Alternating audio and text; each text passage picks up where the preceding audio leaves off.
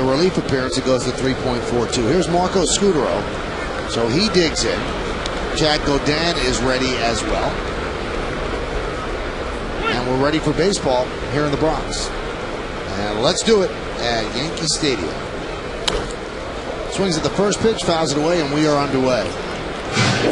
Well, I think you said it perfectly. Chad Godin has done a nice job as a New York Yankee. I was able to work the first game that he came in as a reliever, and the slider was not very good in that ball game, but since then been a lot better. Been a nice piece. His last start against Tampa, 6 innings, 1 run, 6 strikeouts. That one's lined down the left field line and foul.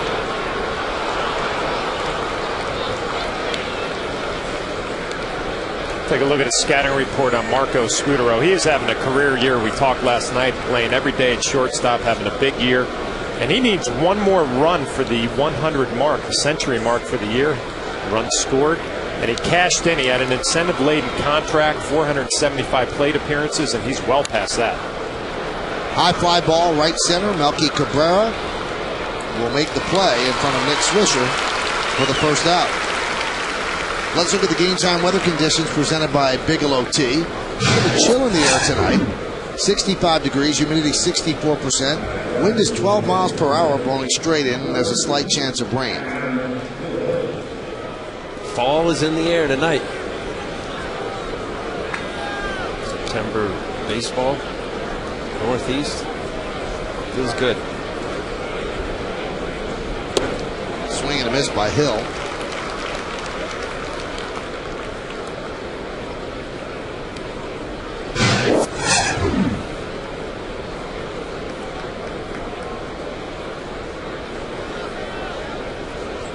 There's 32 home runs. Much more power, I think, than anybody anticipated. He's a great player, #1 draft pick out of LSU a few years ago, and all-star. The power numbers for second baseman, he's had a phenomenal year. He had a Blue Jay record for doubles last year. And a strike from Godin, 1 and 2. 47, so maybe those doubles have turned. That was actually a few years ago. Those doubles have turned into home runs. You're right, tough to expect that kind of power from a second baseman. I'm sure he had a little ice on his back last night. Took a fastball from Mark Melanson right between the numbers. Line drive, cut by A-Rod. 2 away.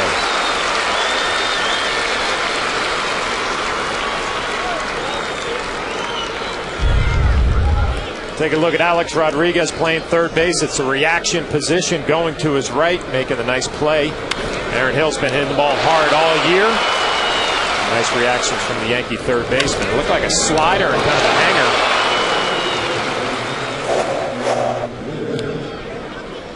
Hot corner. That is why. Here's Adam Lind. And there's a strike.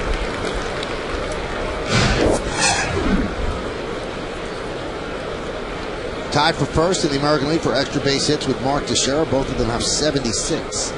30 of those extra base hits, home runs for Lind.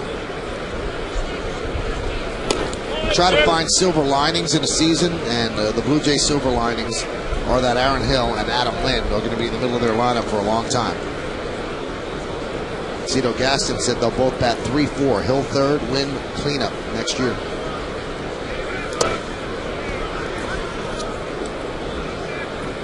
IOTV offers you incredible HD picture and sound. HD is free with IOTV, the official HD service provider of Yankees baseball on Yes.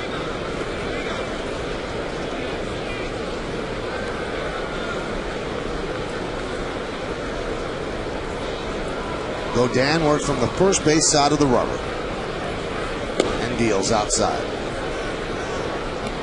Started September 8th against Tampa Bay, 6 innings, 6 hits, 1 run, 2 walks, 6 strikeouts. He did it in 76 pitches, so an impressive performance.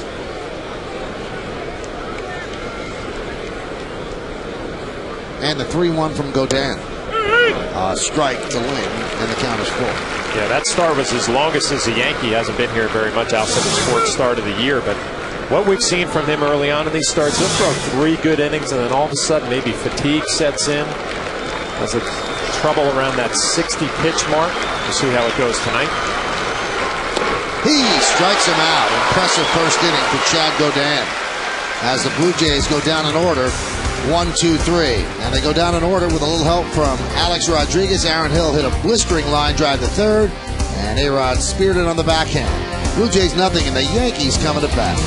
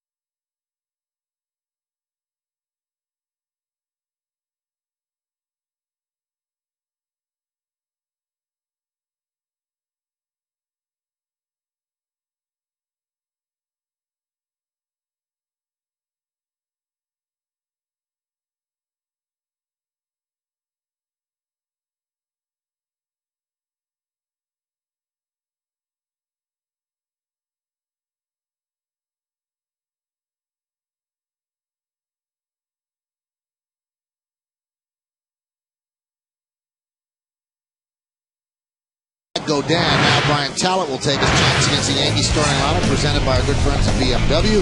The captain, the shortstop, Derek Jeter, leads off. Batting second and playing left is Jerry Hairston Jr. Mark Teixeira's at first base. Hill at third. Cleaning up the third baseman, Alex Rodriguez. The number 5 hitter, DH Hideki Matsui. Mitch Swisher, a hot September. He'll be in right field batting 6. Batting 7th, playing second base, Robinson Cano. Melky Cabrera in center field will hit 8th. And batting 9th and catching, Jose Molina. On the mound for the Blue Jays, Brian Talent, 31-year-old, 7-9, the 5.26 ERA, rather high. Too many hits per innings, and the 69 walks, 145 innings is okay. Let's take a look at the pitcher scatter report.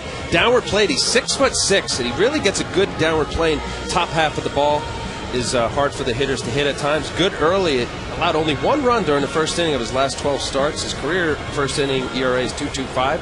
And versatile. Last year, 51 games out of the pen. This year, he's made 22 starts, 34 appearances overall. It's good to have a guy like that who can both relieve and start. So Derek Jeter digs in against the left-handed Talent. And the pitch is inside, 1-0. Sure, Kevin Long went over the scouting report with the New York Yankees, and part of that report is probably don't look at the facial hair, you're going to get distracted. It's a different look for Brian Talent.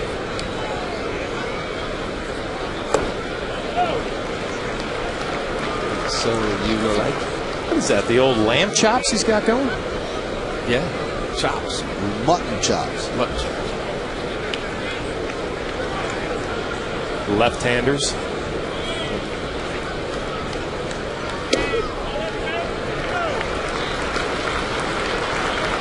Yeah, lefty. He's left-handed.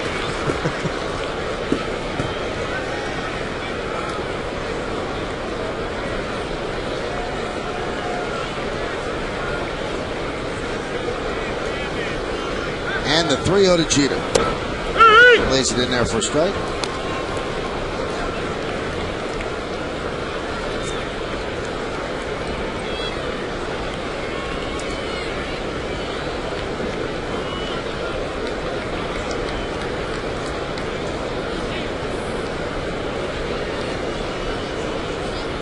And Jeter works a walk. So the Yankees have the leadoff runner on here in the first. Take a look at the defense behind Talent for the Blue Jays tonight. Snyder's in left, Wells in center, and Bautista is over and right. In the infield, Encarnacion, Scudero, Hill, and Overbay third and first. Barajas behind the plate. And Talent is on the mound. It's the 5th time this year that Talent has walked the first batter that he faces. Not a good way to start a game, especially against a potent Yankee offense. Johnny Damon has a night off against the left-hander, so Jerry Hairston Jr. bats second and plays left. Kind of strange. Johnny Damon had good numbers against Talent. 348 with a home run against the lefty. He gets a night off.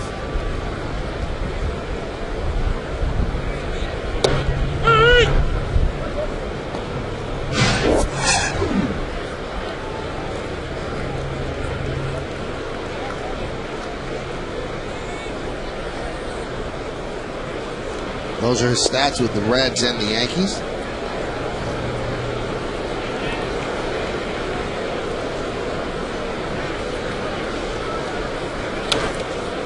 Foul back. Check out the umpires tonight. Greg Gibson's behind the plate. Bill Miller is at first. Darrell Cousins at second. And Jim Joyce is the third base umpire. Jim was the home plate umpire yesterday, right in the middle of everything. Good to see Darrell Cousins back out there. He had to leave the game after that brawl last night. That's right. I don't know exactly what happened to him, but good to see him back to work tonight.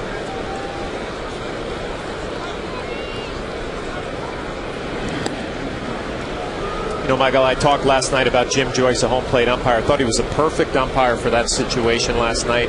Gave out the warnings, tried to settle everything. Obviously, we had some issues at the end of that game. Jim Joyce did a good job trying to stop it, issuing the warnings. Didn't work out. And as you mentioned, Jim Joyce, longtime veteran, and John is exactly right. This guy, there are umpires that have a viewpoint of being like the superior boss, and while certainly Jim Joyce is a veteran guy, he allows the play and understands the game, and I agree. I think how he handled it was excellent. I mean, he didn't allow it to get any worse than it already was. Sometimes there's umpires that actually fuel emotions and the fire, or just the circumstance, whether it's throwing a batter out or a manager.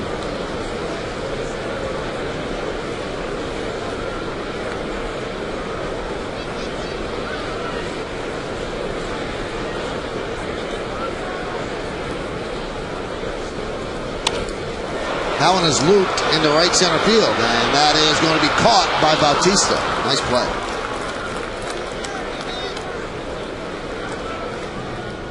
Nice running catch by Bautista. We saw he had a strong arm last night.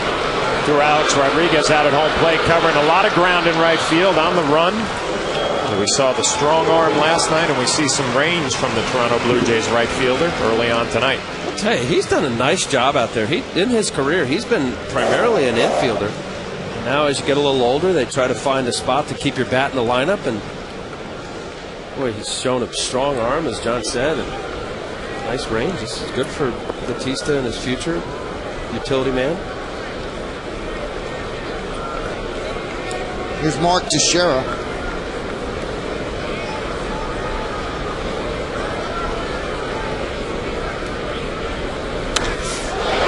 Driven deep to center field, going back as well as it's over his head. One hop up against the wall. Jeter rounds third. They're waving him home. He'll score. It's an RBI double for Teixeira, and the Yankees lead 1-0.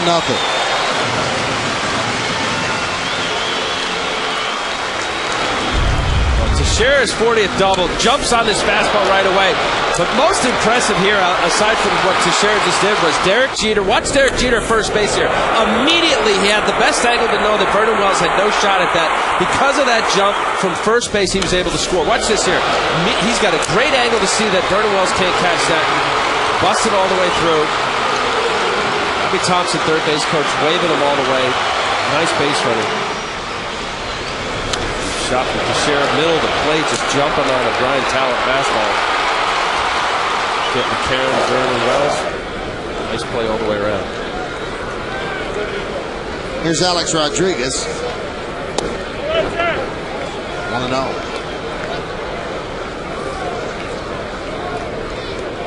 '40th double of the year, 77th extra base hit, and that leaves the American League.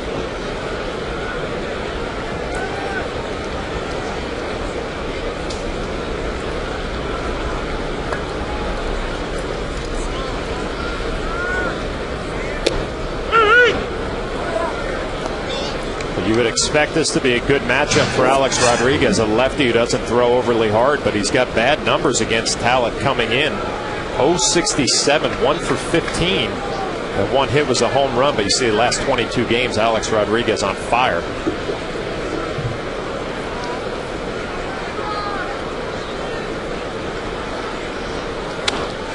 Popped up. Overbay.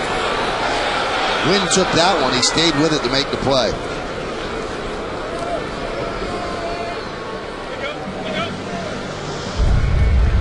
Play by Overbay, just staying with it. Got a lot of wind here tonight at the stadium. Swirling around.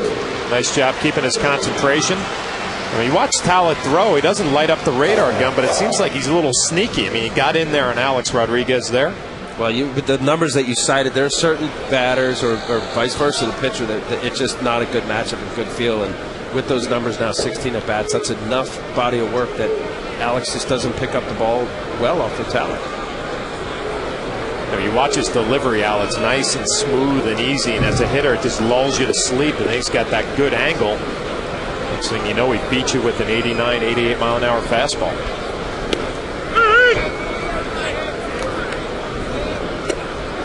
Strike on Matsui. Hideki 9 hits in his last 19 at bats. Tall, 6'6", coming down pitcher's mound. It's supposed to be 10 inches, 10 or 12 inches height.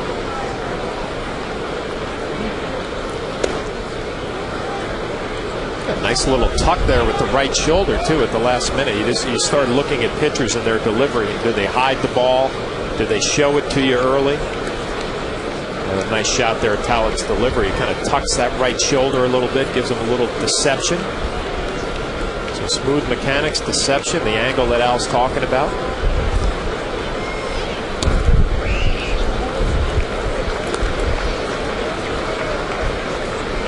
Matsui's been wearing out left-handers. A lot of RBIs. There's 11 home runs versus lefties, 13 right-handers. And anytime I see that as a left-handed hitter, left-handed pitchers are not coming in effectively enough. And Matsui is so good on the outer part of the plate. He's able to hook the ball.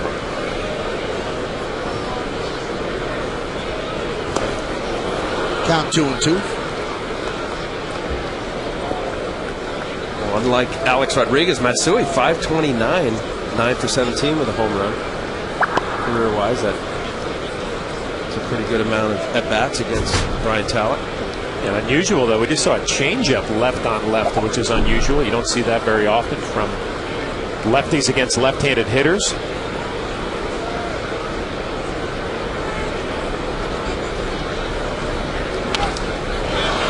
Fouled off the other way. And the reason for that, a left-handed pitcher, when he throws a changeup, normally it'd be a right-handed batter and the ball would float down and away. And the fear has been that a lefty said, well, if I miss, that's a little floater down and in, and that's a sweet spot for a left-handed batter. But because it's so unusual, left-handed hitters don't see a left-handed pitcher throw changeups. So it's very effective. I remember John Olerud said the hardest pitch for me to hit from a lefty is a changeup. You just don't see it.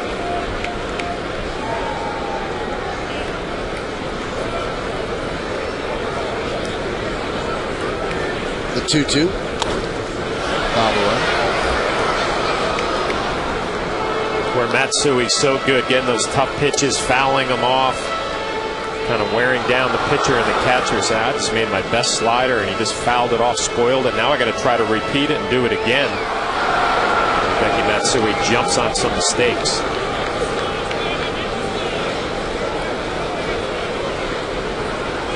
Matsui hitting .308 with runners in scoring position.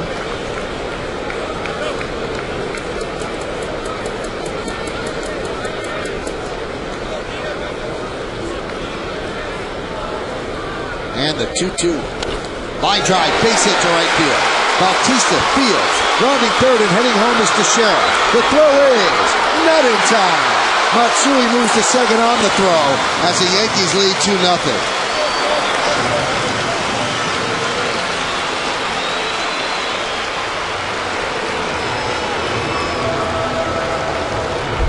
As John was saying, fighting off the pitch is the tough pitcher's pitch. The pitcher feels like, boy, where do I go now?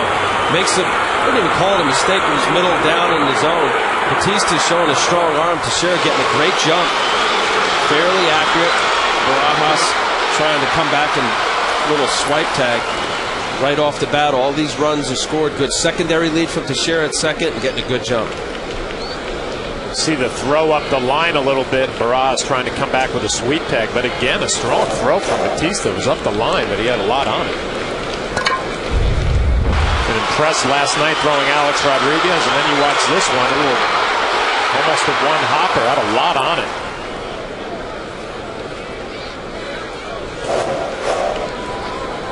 Here's Nick Swisher. Pitch inside.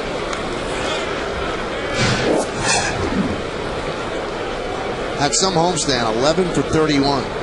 3 homers and 4 runs batted in. And the Yankees as a team have only had 8 home runs in 9 games on this homestand.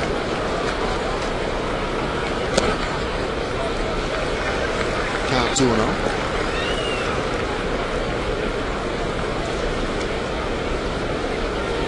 Yankees are 51 and 23 here at home.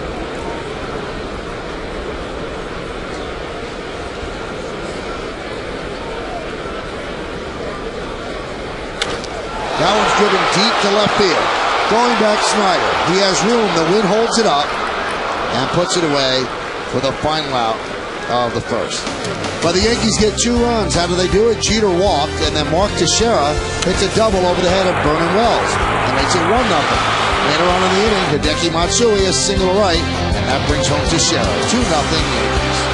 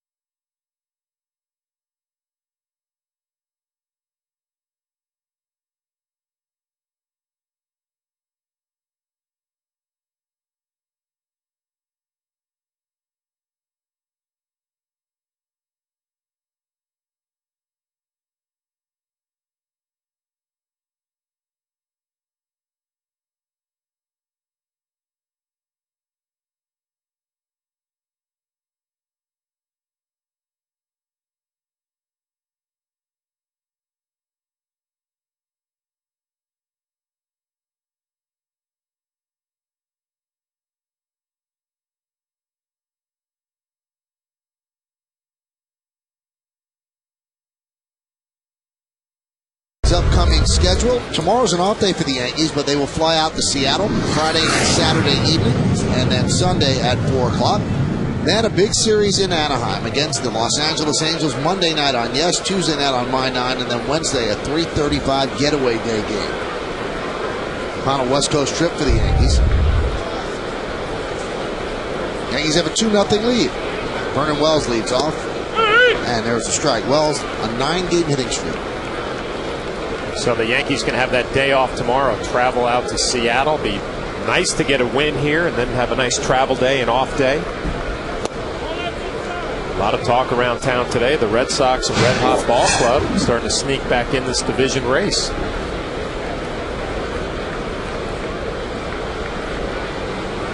Five and a half games. That's certainly doable. 6.5. The 5 and loss. Yeah, that's right.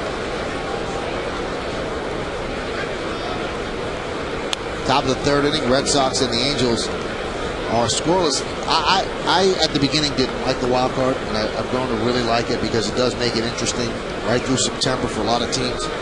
But because there's a wild card, that race is not as exciting as it could be. I mean, the Red Sox would have to win every single game to try to catch the Yankees, but they know they have a safety net, that being the wild card. And the one thing that I would like to see tweaked, I wonder if you guys would agree, there's got to be a negative attached to the wild card. Maybe they play 1 game at home, something like that. But there's no negative attached. There's no stigma. And a lot of teams that got in as a wild card end up winning the World Series. And there's the wild card race. The 2-2. Marlins did in '97. Yeah, there's several teams. This could be a fun conversation because there's a lot of different theory or ways of fixing it. But I agree. I think at some point baseball may consider really crediting the teams, the two top teams in each league, with a bye. Line drive, base hit, down the left field line. Vernon Wells now has a 10-game hitting streak. He also has himself a double. Talked about Chad Godin, and his slider has been a better pitch since he became a New York Yankee. Well, he's thrown a few of them tonight, and they have not been the good ones. See, that's a hanger. It's right down the middle. Vernon Wells drills it to left field. Dave Island constantly talking to Chad Godin about staying on top of that slider, getting that good tilt down and away. He doesn't have a good feel for it early on tonight.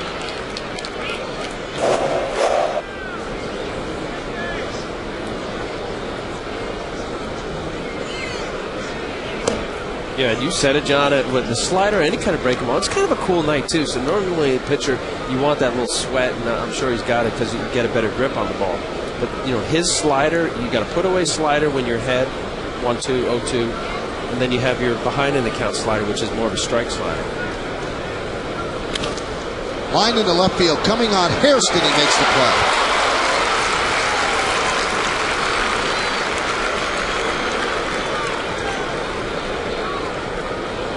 Chad Godin, he's been with 6 organizations. He's been around a while.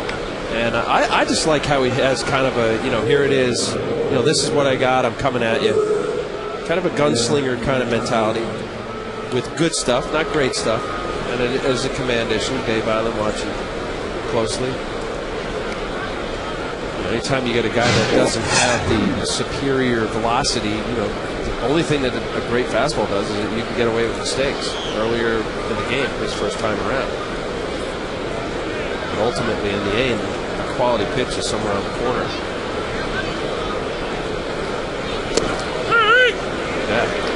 One thing that Island has really worked with him a lot since he came over here is on the slider, because he felt that the slider just didn't have enough tilt. He wasn't on top of it enough, and he's been working with him a lot, and that's become an effective pitch for him. It was a non-factor the first time he made a Yankee appearance. I mean, it was a good fastball and a split change that was effective, but the slider was underneath, really just spun. Dave Island, a lot of work on the side, a few mechanical adjustments with the hand he was talking about, and some pretty good results.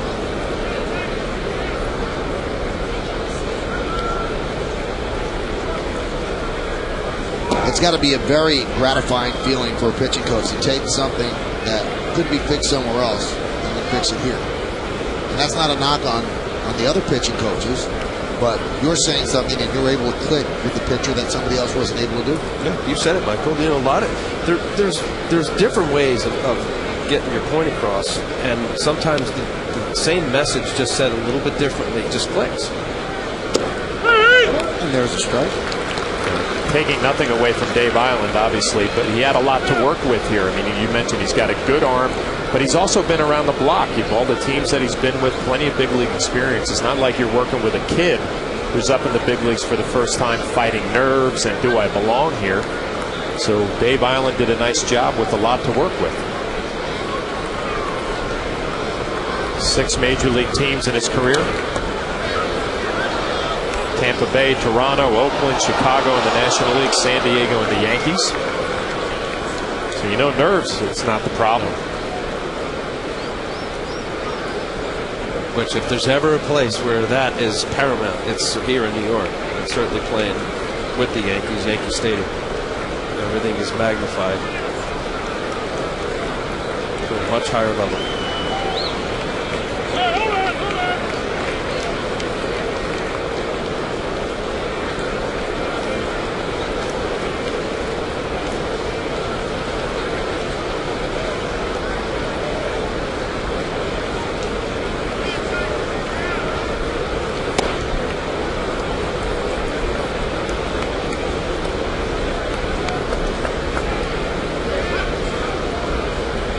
When Encarnacion was traded for Scott Rowland, who had a heck of a year for the Blue Jays. Scott Rowland went over to Cincinnati, ended up getting hurt.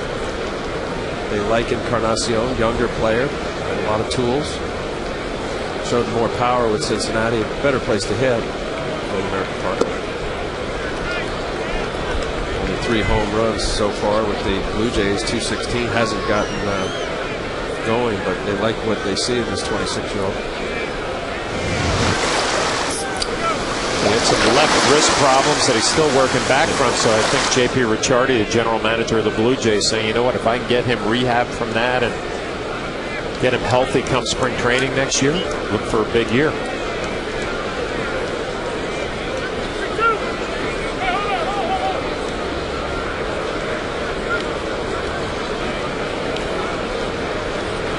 Wells at second, one man out. 3-2. Strike three, inside corner. Encarnacion down looking.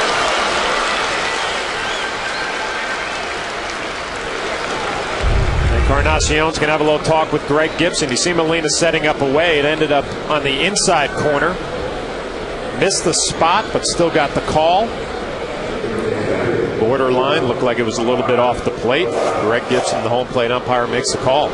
Al, is that a bittersweet strikeout? You know you missed your spot, but you get the strikeout? Yeah, you know what? And I'm glad that it looked like he did miss it by a little bit, but there's a lot of umpires, because of the presentation, they won't call a strike, even if it went over the plate, because it didn't look like a strike. Greg Gibson certainly isn't one of those umpires. He'll call it as he sees it. Meaning, Molina sets up away, catches the pitch that looks like it's inside, and because of the way he presented it, they would call a ball. A lot of umpires would do that. Oh, no doubt. You know, and as a catcher, you understand it. I mean, it doesn't look good. Everybody in the ballpark thinks it looks like a ball. Tough to get that call. I guess you give Greg Gibson credit for sticking with it. You know, before QuesTech, and they have a different system now in baseball, the Braves are big on that with their young minor league catchers, teaching them how to present a pitch and make it look like a strike. And that was when you could go 3, 4, 5, 6 inches off the plate, have it catch directly in between the center of your chest protector, and meanwhile the glove is 4 or 5 inches off the plate. That doesn't apply as much anymore because of the umpires are on the computer. In those years with the Braves, with Leo Mazzoni and Maddox and Glavine and Smoltz. That's the new system. They say it's kind of space age. It's not just the QuesTech system they used to use. A lot of radar and stuff like that involved. A lot of websites that take advantage of that as well. Well, Greg Gibson practically dragging Molina back. What do they say when you keep talking, John? Let's go. Let's go. Yeah, it's time to go. And what if you don't go? You got to have a relationship with your home plate umpire. You don't want to get on his bad side, but your strike zone now becomes the size of a garbage can.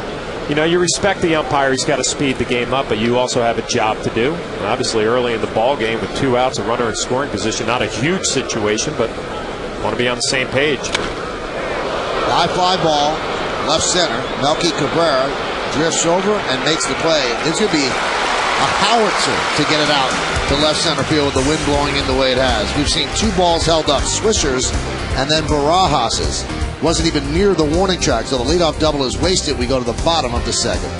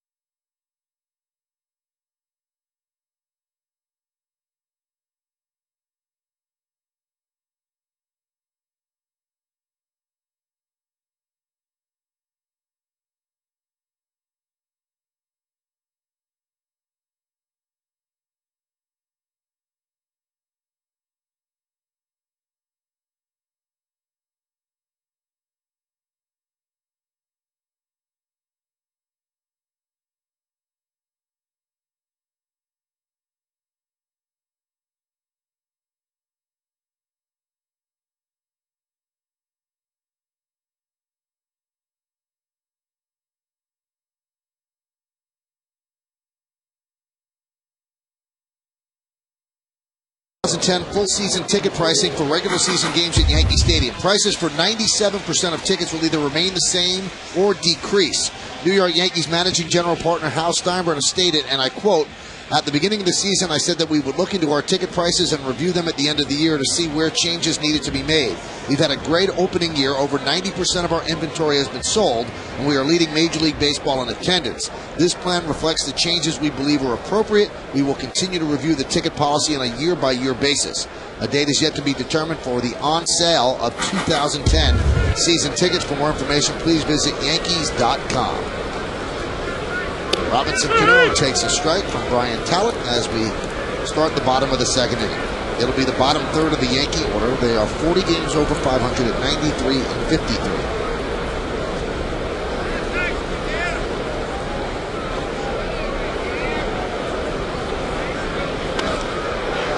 Driven out to left field, deep. That ball's going to slice foul.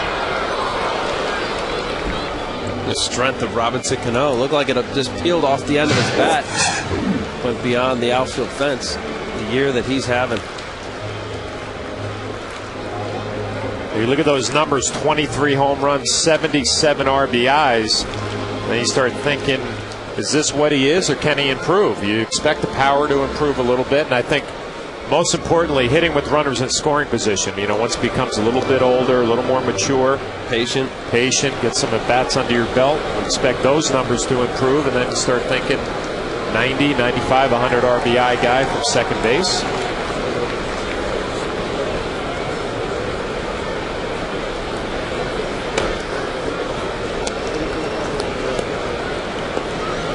Well, not to think that he's able to do what he did in 06, but a 342 batting average with 482 at bats. What a year that he had that year. And then in 07, 306, legitimate 300 hitter. Uses the whole field. And he's right, like any major league hitter, but more so with Robinson Cano because you can get a little pull happy. He's driving that ball to left center field. Look out. This year, Robinson a .212 hitter with runners in scoring position. But he still has 77 runs batted in, a lot of the time batting from the bottom of the order. That one's off of Talent's foot, took a base hit away from Cano.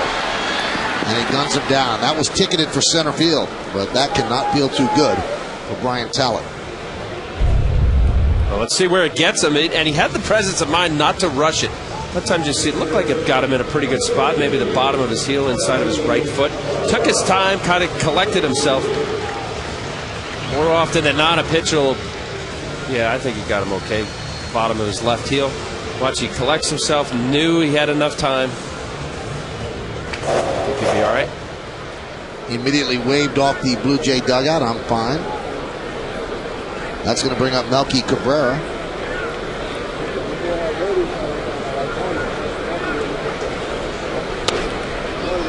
Squib foul.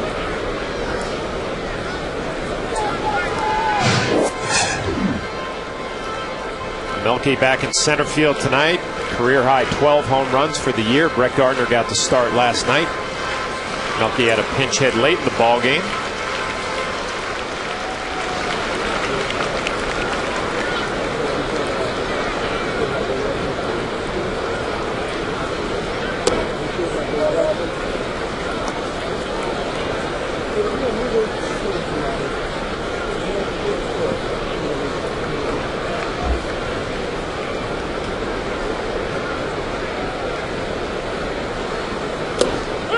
There's a strike. Count 1-2. Melky's had a good homestand. 8 hits and 24 at bats. Hitting an even 280.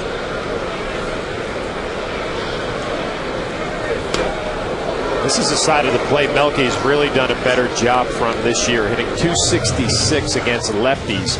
Had a hard time last year against left-handers. Did a nice job in the offseason working on that swing.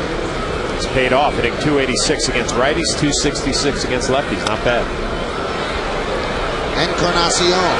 Be a tough play, but he makes it.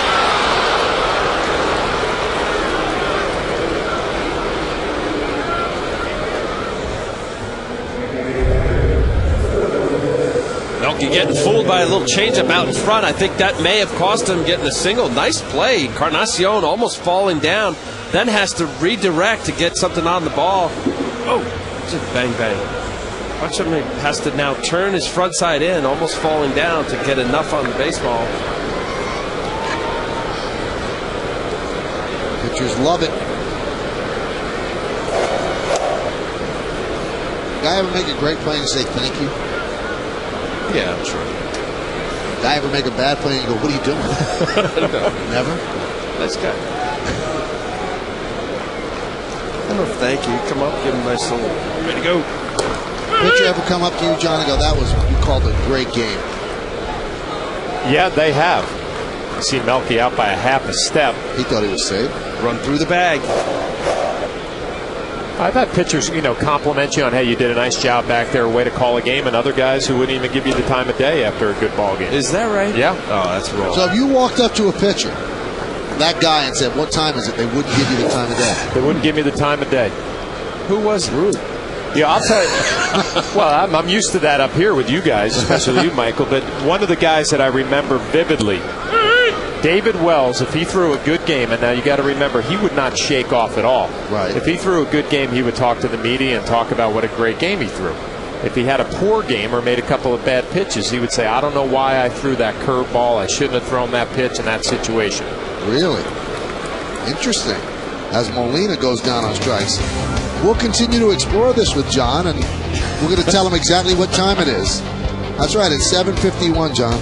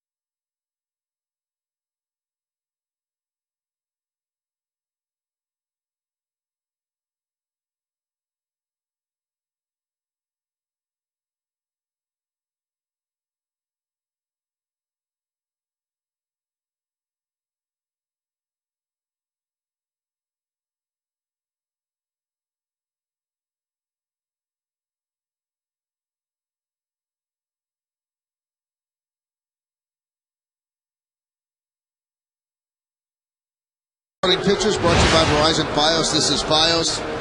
This is big. A.J. Burnett will get the start in Seattle, 11-9, 4.33 against one of the best, Felix Hernandez. King Felix, 15-5 with a 2.52 ERA. Our coverage will begin at 9:30 on Yes with the pregame show, and then 10:05 will be first pitch. That should be a good game. That's a good game to watch Felix Hernandez pitch, but also A.J. Burnett trying to get him hot at the right time of the year, see if he can get himself straightened out. Bautista crushes one to center field. Backing up is Melky Cabrera. That ball is gone. Oh, did he hit that? A long home run for Bautista, and it is 2-1 Yankees. He must have had that howitzer you were talking about before. You got to smoke it tonight to get it through the wind.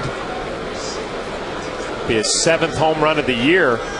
I'll tell you what, he's impressed us in right field with his throwing arm, and he gets a fastball right down the middle. You can tell he felt good about it. The only question was, did he hit it well enough to get it through the wind? Melky Cabrera can only be a spectator. Well, that's deep.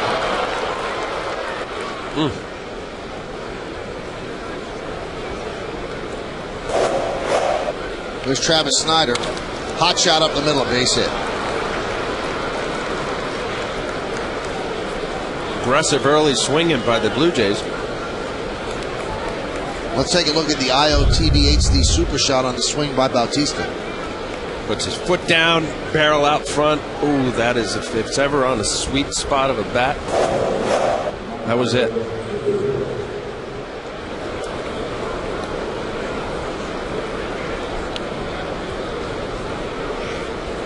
You wonder with the wind, I mean, it's howling in from left field, but you wonder if it's kind of blocked off in center, if maybe there's that jet stream effect, if wind comes in and then jets out to center field, because that ball just flew. I think he just hit it really hard. On the Modell scoreboard, it's 2-1 Yankees over the Jays. Modell's the official sporting goods retailer of the New York Yankees. I think that the scoreboard must block out the wind that way, John, because I think anything to left center, the opening in the stadium will allow the wind to take a hold of the baseball. And that's what we've seen with the Swisher driving the Encarnacion one. That one is off of Godin. Let's see if he's okay. Everybody is safe. Swisher and Barajas, pardon me. Now let's see if it's like he got him on the right arm. Well, he turned away. Look, I thought it hit him on the back. Obviously didn't with his throwing arm. Oh, right on the right elbow. Could get like kind of a funny bone where it just gets numb immediately if it hit the nerve.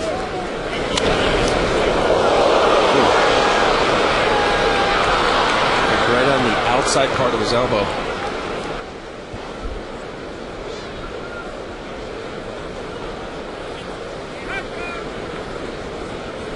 Well, we've seen Sergio Mitre get hit on the elbow and come out of the game.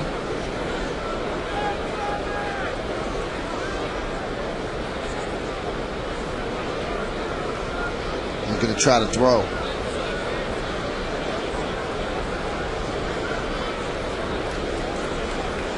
Guy been around for a while. Unless it's broke, you're going to figure out a way.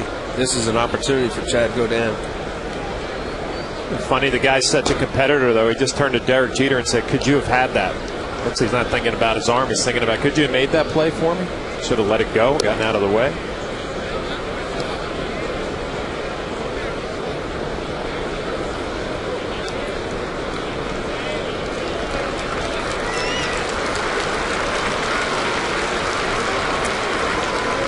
So he stays in, and he's in the middle of a jam. First and second, nobody out.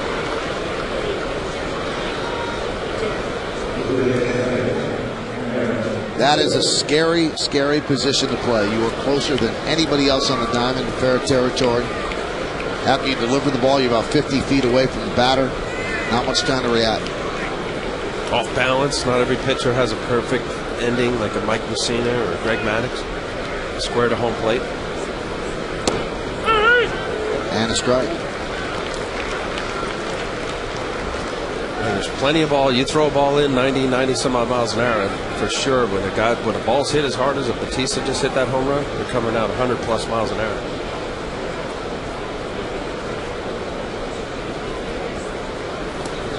And that one gets past Molina as the runners move up.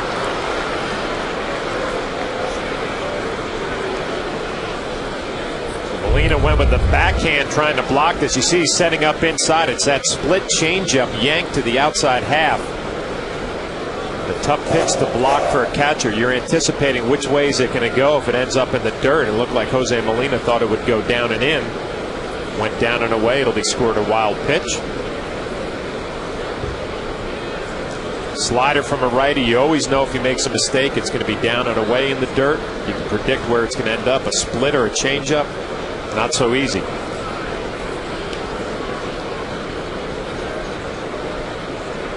The 1-1. Pitch inside, 2-1. Now, when you say that, because a split finger, sometimes it'll knuckle, it'll have a very unusual spin to it. When you're anticipating a split finger, what are you looking at? Is it like a goaltender? If you call a split finger, you set up middle of the plate and you're expecting it could go anywhere between those lines, and you just got to read the baseball. If you call a slider, that one's rolled up the third baseline, and Godin snatches it when it's fouled. You call a slider from a right-hander like Chad Godin, you know that if he makes a mistake, it's going to be down and away to a right-handed hitter. So you can kind of anticipate that's where I'm going to go to block the ball. And the spin and the break should be consistent to where it's running away from the right-handed batter or in on the left. Exactly. If you throw a mistake with it down, that's where it's going to end up. See, now if the split is his go-to out pitch here, be a little mindful of, you don't want to bounce it. It's a run score. 2-2. Oh, what a play by Godin. He took away a 2-run single. An outstanding play by Chad Godin.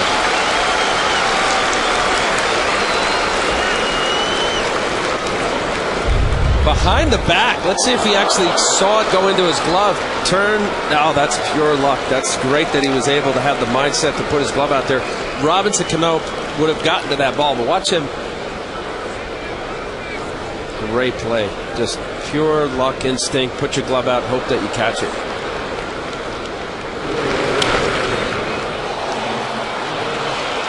Check the runner at third. Big boost right there, keeping those runners second and third.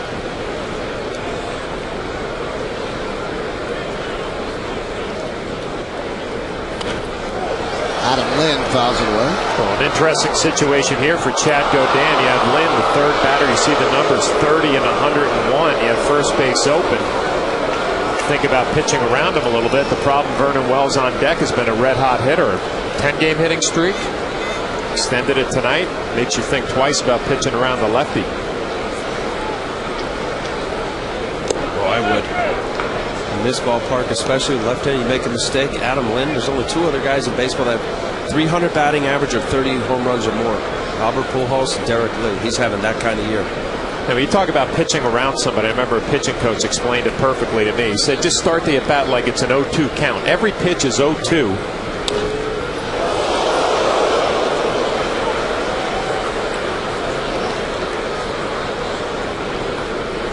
What John is saying, an 0-2 count is a pitcher's count, obviously.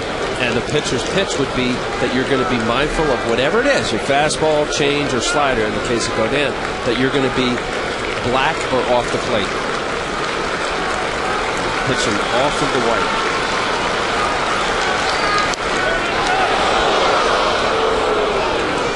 Now 2-2. A nice time for that split change up here. You just try to set him up with a fastball, speed his bat up a little bit. You got to trust Jose Molina, throw it down to the dirt, trust he's going to block it. Grounded to first, bobbled there by Teixeira. As one play, he makes it at first. Scoring is Snyder, and the game is tied at 2. As Scudero moves to third. There was that split change up, and it was down. Lynn rolls it over. Mark Teixeira coming in. You wonder if he was thinking about making a play at home. Took his eye off the ball. Kept it in front. You take the out. See the grip? It's like a change, split, sometime grip. Down with good movement.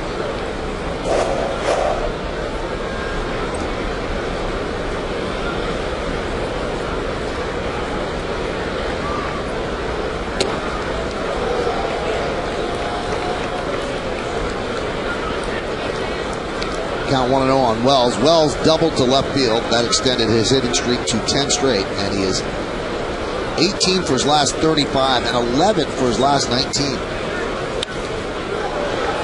Popped up and out of play. Now that double that he had in the second inning was his 291st career double, and it ties him with Tony Fernandez for second place on the Blue Jays all-time list. First place, Carlos Delgado. Got a ways to go. The 1-1. 2-1. Boy, if it wasn't for injuries, Vernon Wells, who knows how his career would have gone the last couple of years. With 2003, they thought they had a 317 batting average, 33 home runs, 117 RBI. And a nice contract. It's just been one ailment after another that just hasn't been able to keep on track.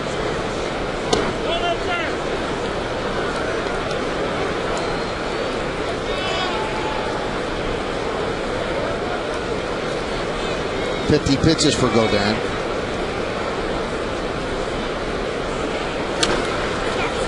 Grounded, grabbed there by A-Rod. Spins, fires, got it. That's a good play by the Yankee third baseman.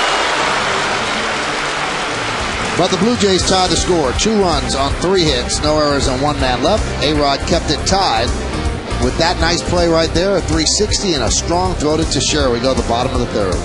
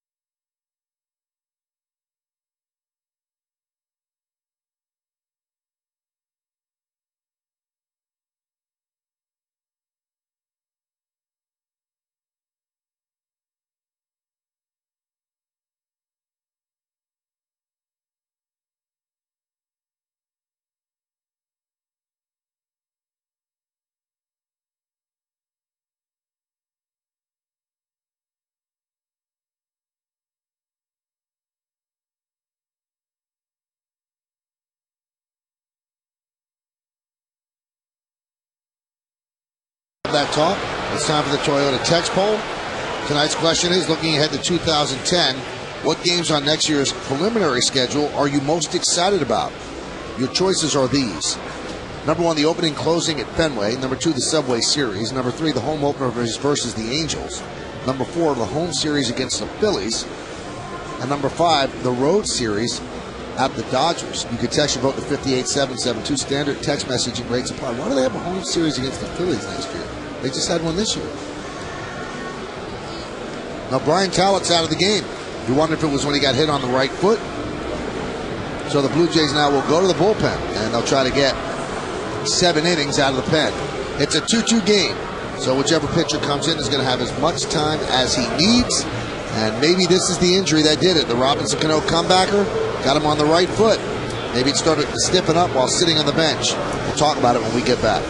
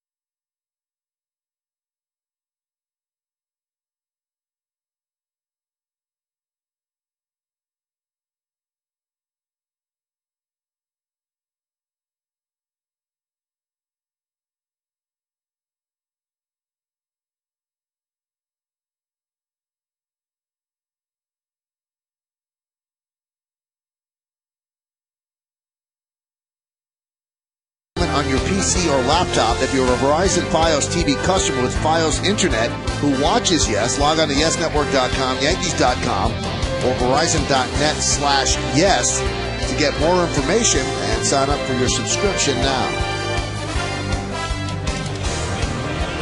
Well, because of an injury, Cito Gaston has to make the call to the bullpen, brought to you by AT&T. Your world delivered, and the call to the bullpen brings in Sean Camp. and he'll have as much time as he needs to warm up. Those are the numbers for camp. Well, luckily for the Blue Jays, it's September call-up time. There's plenty of arms to go around. Decent ERA. The 1-6 record isn't very good. Of his 51 appearances, only 16 of them he's pitched more than 2 innings. So I can't imagine his appearance being too long tonight. You know, sometimes, John, I don't know if you realize it, but we can learn. Everybody can learn something from our open. And Al Leiter broke new ground when we opened the show today. And if you look at John's face and my face, this is what Al said when talking about the fight in yesterday's game. This is from our open of the show today as Sean Camp warms up. Take a listen. It's brilliant. People have to understand this isn't checkers. There's a lot of emotion. It's not checkers. Now, John, did you have any idea? Sometimes they say you'll see things or hear things at a baseball game you've never heard before. Right. Now, with chess, would that be explicable? No, chess. I've actually thrown the board out of frustration. I say this to Tom Glavine because he used to say, "Never let him see you sweat. Never let him see you sweat." Look at John's face. Why am I on this? And I'm looking at him like, what? Checkers? Yeah, I know it's not checkers. All right. What do you say to Glavine? All right. What do you say? He said, "Don't let him see you sweat it." I said, "We're not playing checkers." This was kind of our running joke. Like, there's a lot of emotion. I'm sorry if jump around or get sweaty or bite your glove or get mad or there's a moment where you snap. It's I don't know. It's my reference to there's emotion into it. But chess, there's emotion. Oh yeah, no. I used to get mad playing chess. So you've never tipped over a checkerboard? No, checkers is easy. You just double jump or That's why you have to tune in right from the very beginning. Modell's scoreboard, it's 2-2. Modell's the official sporting goods retailer of the New York Yankees. As Sean Camp has taken his warm-ups, he's going to face the top of the Yankee order.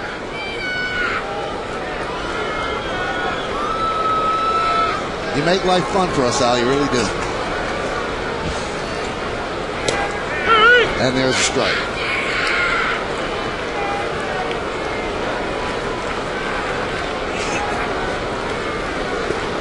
Truth and jest, I see.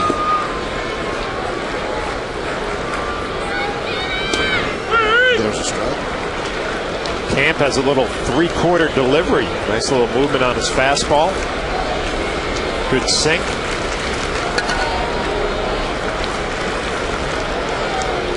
.313 for Derek Jeter in his career.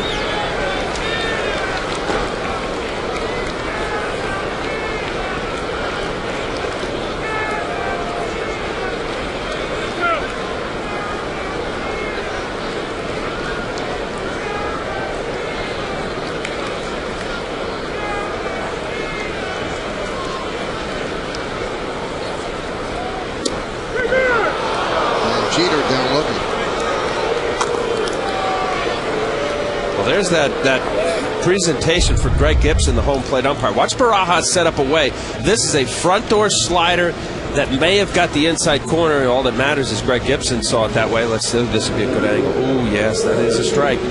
Now you say, oh, wow, that's a great pitch. Sean Kemp didn't try to do that on purpose. Obviously, he missed his spot, but it locks up Derek Jeter because he's not anticipating that slider to start at his hip. Very effective if he was actually trying to do it. Worked out for him, but that's not the location that he wanted.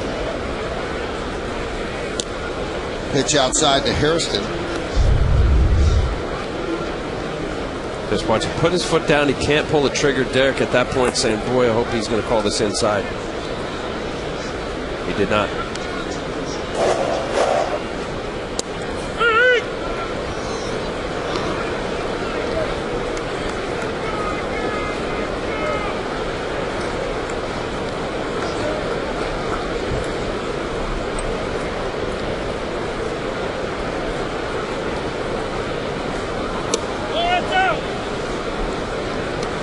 Well, they'll expect some innings out of Camp. His long appearance this year, 4 innings. He threw 44 pitches, which was his season high. But they've got a lot of guys in the bullpen, so I don't think it's a huge concern. 10 men in the bullpen. Rounded to third, Encarnacion. 2 outs. With that kind of movement from Camp, you're going to expect some ground balls. Angels take a 1-0 lead over the Red Sox, bottom of the 4th inning. Red Sox got a little shot in the arm yesterday. Daisuke Matsuzaka came back and pitched very well over 6 innings. Hadn't pitched in 3 months. And all of a sudden, a starting rotation that was really in question. Now they have a legitimate 4th starter.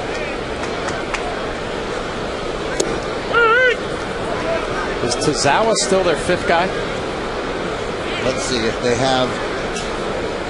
I guess he's not, because then Wakefield would be there. I think Buchholz. Buchholz is in there. Wakefield, yeah. So you've got Lester, Josh Beckett, Buchholz. Paul Byrd is starting tonight. Wakefield. I thought Wakefield's back acted up again. Yeah, it has. Well, Paul Byrd is probably the 5th starter until Wakefield gets back. And Teixeira down looking. So Sean Kemp coming in an emergency relief appearance. Retires the Yankees in order with 2 strikeouts. We go to the 4th. It's 2-2 on yes.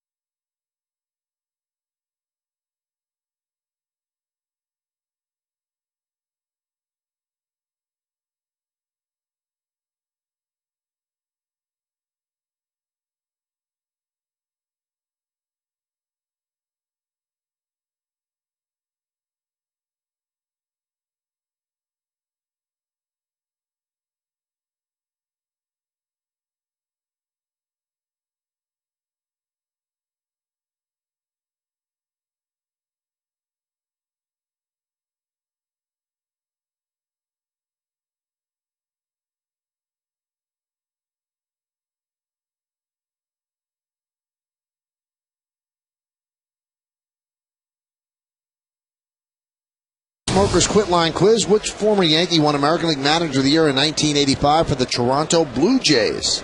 I know this one. Lyle Overbay leads off. Driven out to left field. Giving chase is Hairston. On the run, he's going to play it off the wall, and then he falls down. Backing up is Melky Cabrera, and Overbay, for some strange reason, is only at second. He broke it down and said, I'll take a double here. So he is on second with a leadoff double over the head of Jerry Hairston Jr. Well, Lyle Overbay, one of those guys who has 14 home runs on the year. Kind of thought at some point that total would rise. It has not. Jerry Hairston slips on the warning track. Melky Cabrera hustling it in. Lyle Overbay is going to cruise into second base with a leadoff double. Yeah, but I think with Melky, well, this would be good to see him running. Going to left field, you have to absolutely make sure, especially with nobody out, that you can get to third base. Pitch is inside to Encarnacion. Melky, really, for him to identify after Hairston falls down.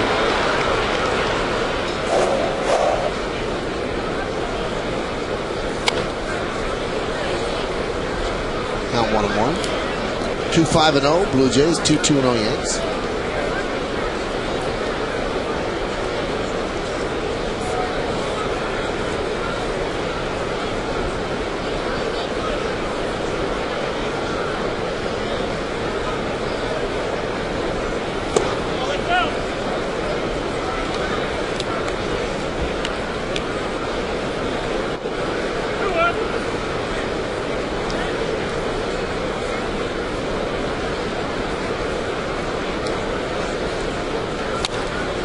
Popped up. Long run for Swisher. Can't make the play.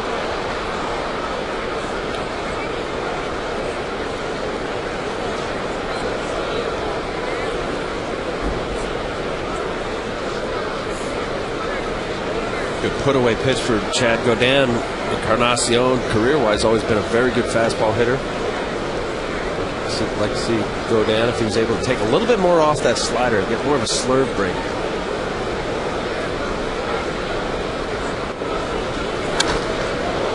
Driven out to center field, giving chase is Melky Cabrera. He'll make the play. Tagging is Overbay, and he will move to third.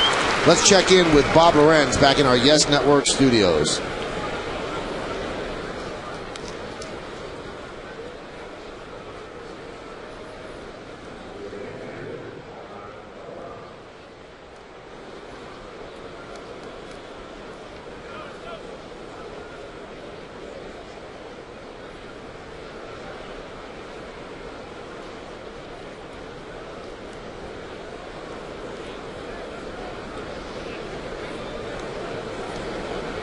And we return those sentiments right back at Ernie Harwell. God bless you. He is dealing with an inoperable tumor in his bile duct, and the doctors have advised against surgery. He said, I don't know how long I have, but as long as I'm here, I'm going to live life to the fullest. One of the classiest gentlemen that has ever graced Major League ballpark in any capacity. I was lucky enough to play 2.5 years for the Detroit Tigers and be around Ernie for those 2.5 years, and you said it perfectly, Michael. What a gentleman.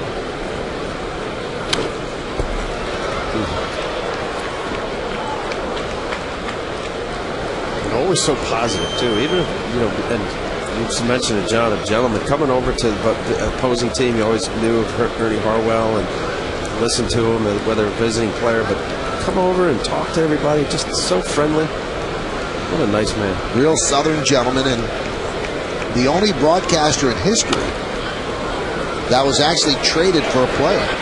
Great play by Teixeira, and he fires home as Overbay stays put at third. That's an outstanding play by the Yankee first baseman. I'm trying to figure out what the best part of this play is. Covering a lot of ground, and then he goes down, slides, makes a great play. But watch the throw. From his knees, a one-hop bullet right to Jose Molina. I mean, a great play just to get it there, but watch how strong the throw is. But Molina using the chest protector, realize that he's going to get an in-between hop.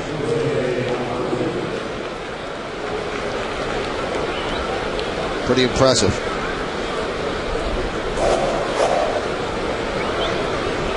Pitch to Bautista. 1-0. Just finishing the story about Ernie. He was announcing for the Atlanta Crackers, and the Brooklyn Dodgers wanted to have him come up and do Dodger games. And the owner of the Crackers said, you know what, we really need a catcher. So the Dodgers sent them one of their minor league catchers, and Ernie Harwell came and became the Dodger announcer.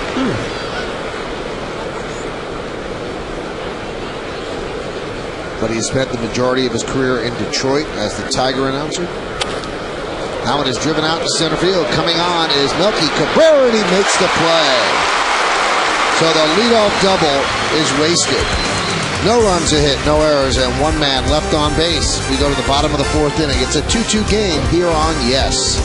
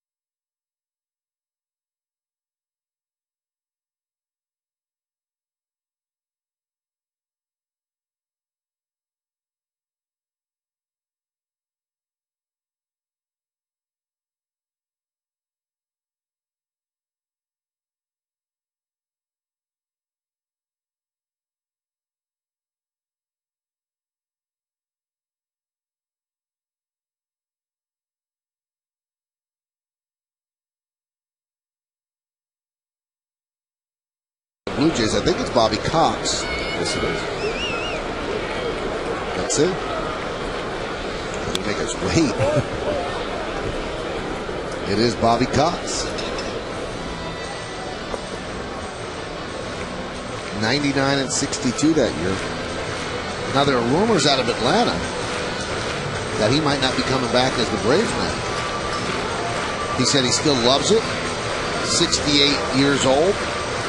Been there forever. But he said, I guess I have to talk to management at the end of the year. So he still wants to manage? Yeah.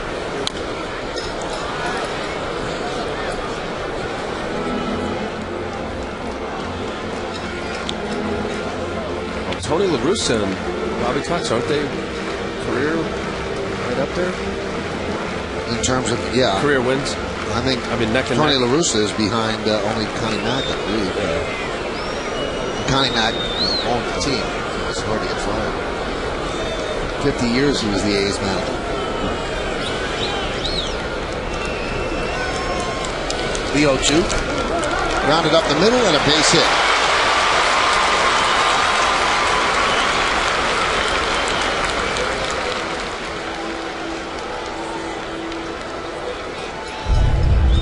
Alex Rodriguez came into this at bat with good numbers off of camp. Mentioned before, with that kind of movement, you're going to expect a lot of ground balls. Alex just drives it right past Marco Scutaro, right back up the middle. A top spin on that ground ball. Another changeup. Hard for a changeup though, but it had good movement down. Kind of a strange, it was like a changeup grip. Almost a pound ball. Yeah, but there wasn't the full circle change.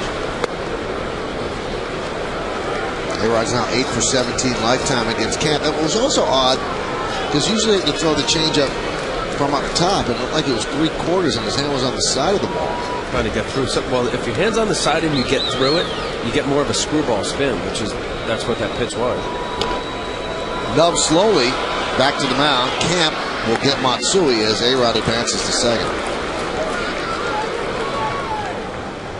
See, that's his natural arm angle anyway on the play off the mound. He came up and threw 3/4 over to first base, so it's his comfortable arm slot. And create a lot of movement.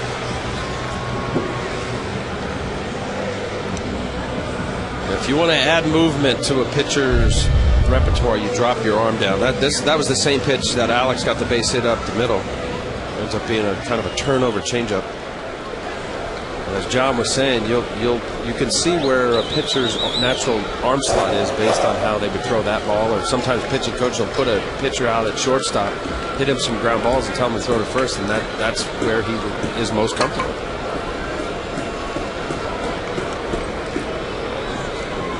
Here's Nick Swisher. Crushed one to left field in the first inning, but the wind took it down. And he takes pitch low 1-0.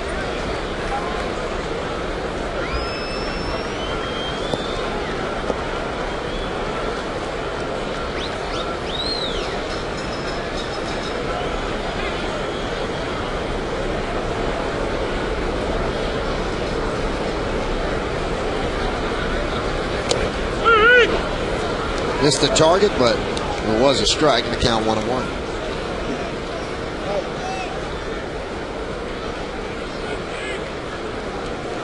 Now, I said that La Russa was behind Connie Mack. In fact, he's behind John McGraw, who's second.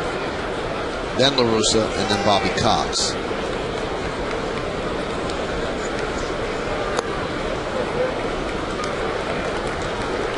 These are the active leaders.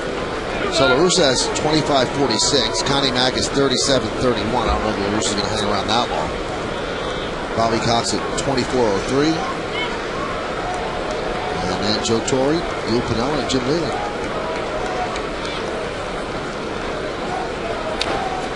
Grounded foul.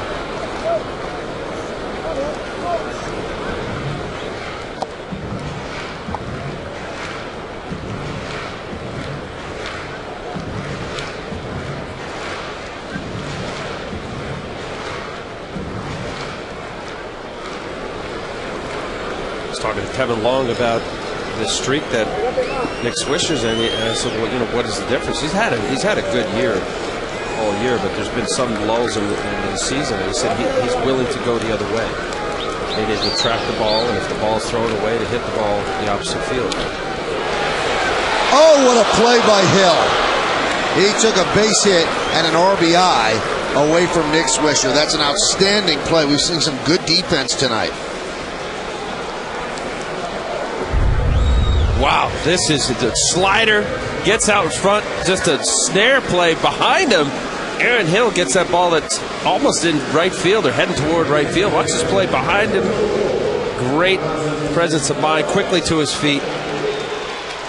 That is a fantastic play.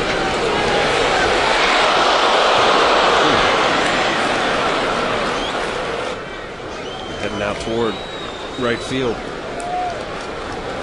Good all-around player. He's had about the 32 home runs in the field as well.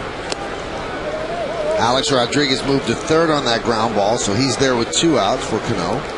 Nick Swisher has crushed 2 balls tonight, 0 for 2, nothing to show for it. Deep fly ball to left field, and that bullet, second base.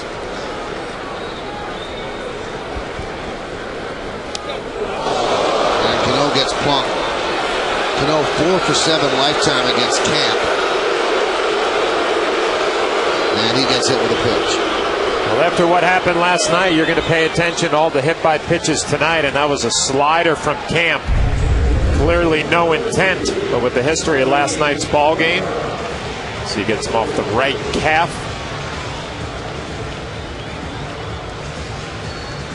The Yankees got a lot of attention for hitting 2 Blue Jay hitters last night, but Sergio Mitre hit Encarnacion with a changeup. Not intentional. Tonight, Camp throws a slider, not intentional, hits Robinson Cano. You know, and I think that whole situation that came about was that the Blue Jay hitters as a whole have been hit a lot, but not just the Yankees. A lot of teams that have played them since the end of the month. 15 times since August 26th they've been hit as a team. Second in the American League with Oakland at 7 times. And during that period of time, in the 5 games the Yankees have played them, 8 times the Yankees have hit the Blue Jay hitters.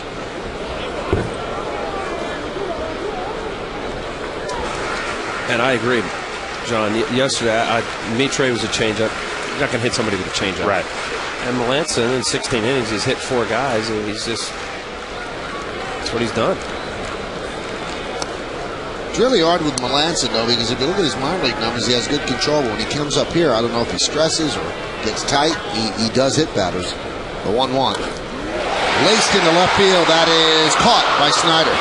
So the Yankees hit some bullets off Camp here in the 4th, but nothing to show for it. No runs a hit, no errors, and 2 men left on base. We played 4 here at the stadium. It's a 2-2 game. You're watching Yankees baseball on the Yankee Entertainment and Sports Network.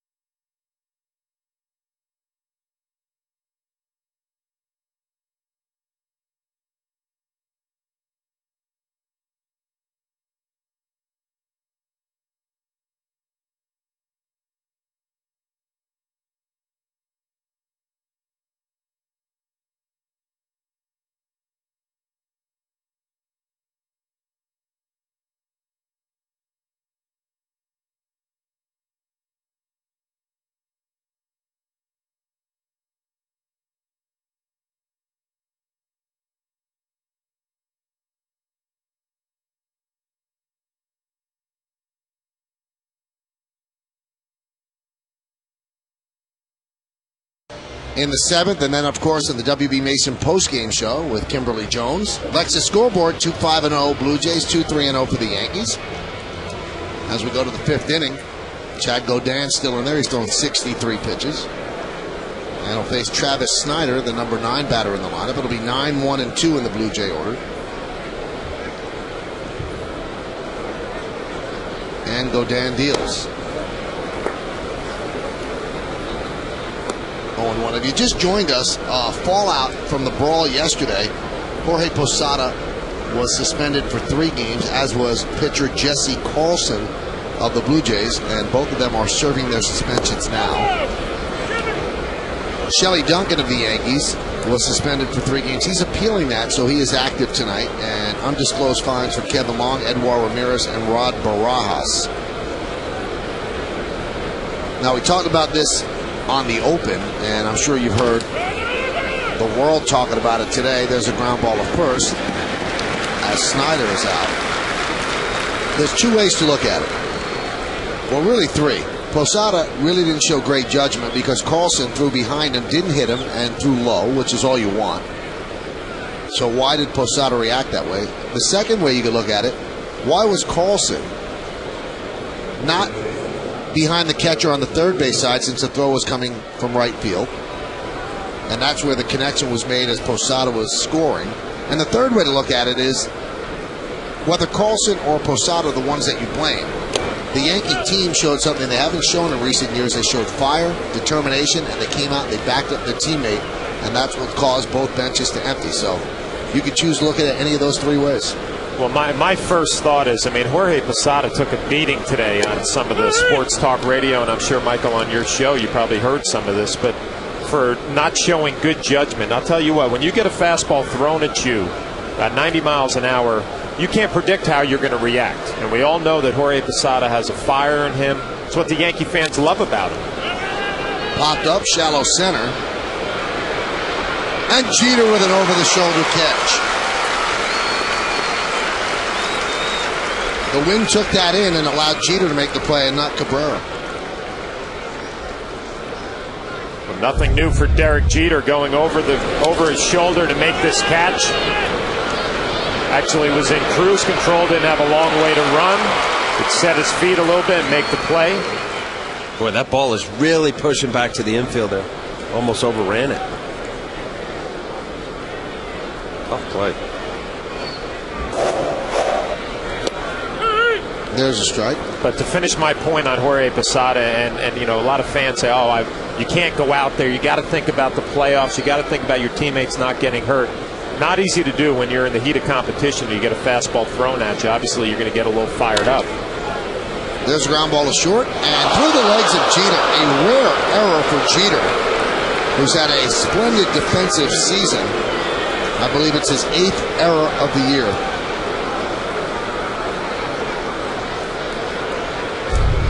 Well, just through the wickets. He said it. Derek Jeter having one of his better, if not best, defensive years, and he knows it.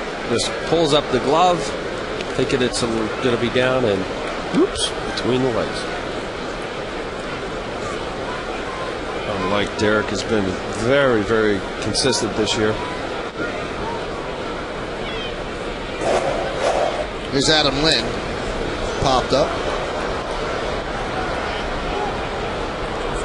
Just to dovetail off of John, I agree, and it's you can look at it in all different ways, and when you don't know how you're going to react in the spontaneity of the moment. And this was he didn't get hit. He threw behind him. It's even more of a reason to probably get angry at Carlson, because he did it for sure.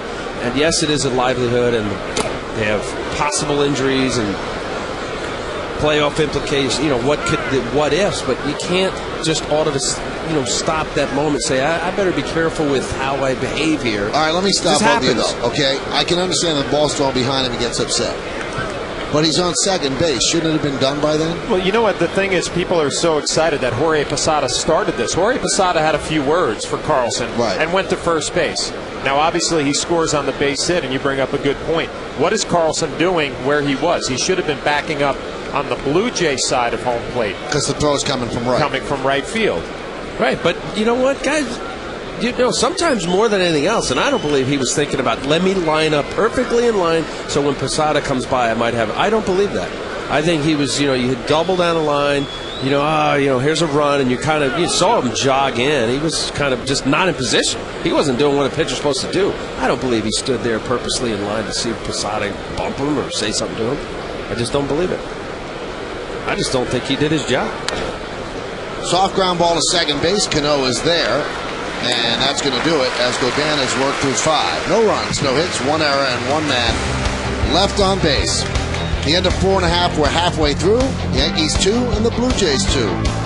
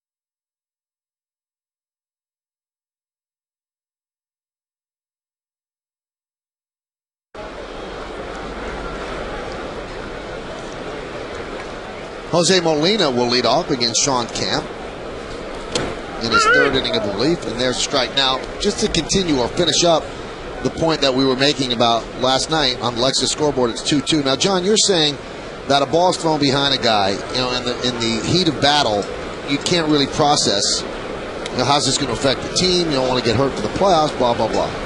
But then let me transfer to you, Al.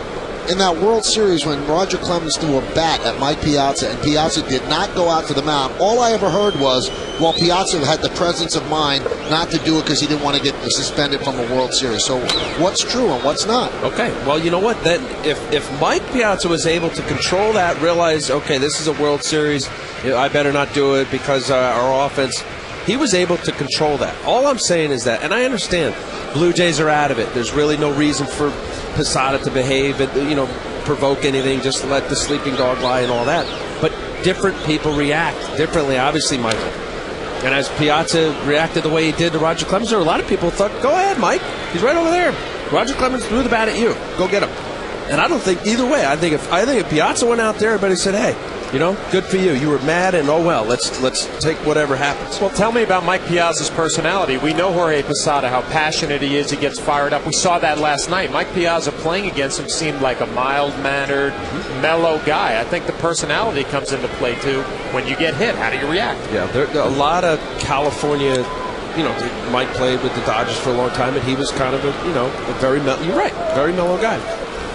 I just think we could think of it in retrospect and say how it should have played out and how people are supposed to behave. But, people are different, and you react differently. And it's all, bam, it's spontaneous. Well, let's look at it in parts here. 2 Blue Jays got hit, and I think everybody would agree the Yankees did not hit them on purpose. Yes. Melancons had no command, and Sergio Mitre hit a guy with a changeup. I mean, that's not a wise way to hit a guy. But, that being said, 2 Blue Jays got hit. 8 have been hit by the Yankees so far this year. Did Carlson have the right to throw behind He did. Posada? He did. But I think Al said it perfectly in the last segment. Jorge Posada knew 100% without a doubt he was trying to hit him. Right. Sometimes when you get hit, you don't even know if it's on purpose, so it's not a big deal. But a fastball going a couple of feet behind you, the thought right away is he did that on purpose, and then you get excited, you get a little fired up. All right, now the second part. Let's take a look at Carlson backing up. Here's Posada. The ball goes behind him. So now he has words for Carlson, and Carlson said throughout the at-bat, every foul ball, Jorge kept looking at him. Now here's a base hit to right. Is Carlson in the wrong place? Yes, he's supposed to be busting it behind the third base side. And it's just my opinion. I didn't ask Carlson. I just think he was more snoozing and more upset that Gardner hit a double down the line than him busting behind home plate. In a strange way, if he did what he's supposed to do, Al, and back up where he's supposed to be backing up, this never happens. Yep. They're not even close to each other. And one thing I took exception to, and it was portrayed this way, that Jorge Posada threw an elbow. I mean, really, he ran by him, and it was like a nudge. If he threw an elbow, he'd hit him in the head, or he'd really throw out his arm. I mean, he didn't throw an elbow. I mean, watch what he did here. That's not throwing an elbow. I mean, please. It's a little something, a little Yeah, annoying, a little, just to say, I know you're here and I'm here. Right. But, I mean, if he wanted to hurt him, yes, then he throws an elbow as he runs by. So, I mean, it was portrayed as if the guy fired an elbow at him. And I'm not excusing Posada, because I think everybody, even Joe Girardi, spoke to the team after the game yesterday and said, we don't need this. We're going to the playoffs. I don't need to get anybody hurt. And now Jorge Posada suspended for 3 games. Well, you know what? Listening to Jorge Posada talk about it after the game, obviously when you can separate yourself from it, he had a little different perspective. Yeah. But with what we're talking about, Al and I, when you're out there and you're competing, you don't have that type of perspective. Well, here's Jorge Posada and what he said after the game. We ain't trying to hit nobody. You know, the ball got away from Mark, and you know, it's a sinker, and then you know, the ball's thrown at me. I was surprised that a ball was thrown at me, to tell the truth. I don't want to keep talking about it. You guys gonna ask about it. I'm not gonna comment. It was really something that shouldn't happen. You know, we got carried away, and you know, hopefully we can end it tonight. And it looks like that's exactly the case. It is ended tonight. And Carlson and Posada both suspended for 3 games. But should he have been surprised that he got thrown out? Well, the one thing that Mark Melanson has to figure out how to pitch inside. I mean, he's starting to get a reputation now of hitting guys. Fly ball right field. And Hairston is retired, a 1-2-3 inning. Sean Camp pitching very well as he retires the Yankees in order, 1-2-3. We played 5 here at the stadium.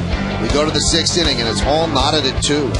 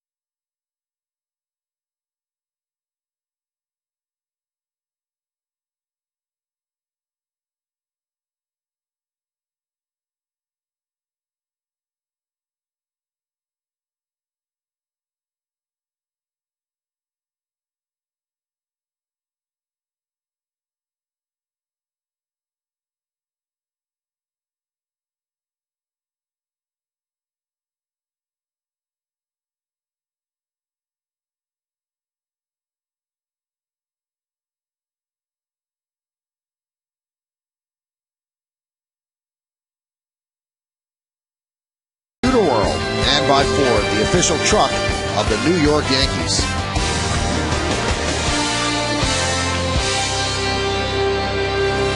It's a 2-2 game as we head to the 6th. Giants play the Cowboys this weekend, and the Jets play the Patriots. Big football weekend. And the Giants will open the Cowboys' new stadium, and they expect over 100,000 people at that game. And that new Cowboy Stadium is almost across the street from the ballpark in Arlington. Do you have a problem with the Jumbotron in the center? It's a little too low, and it's been hit by a punt in an exhibition game. A punt? Yeah. Oh, I thought they were peppering. Well, but everybody thinks that they can pepper. It's 90 feet above the field, and the NFL rules is that has to be 85 feet above the field. So Jerry Jones said, I did what I'm supposed to do. You get the word on Brian Talent.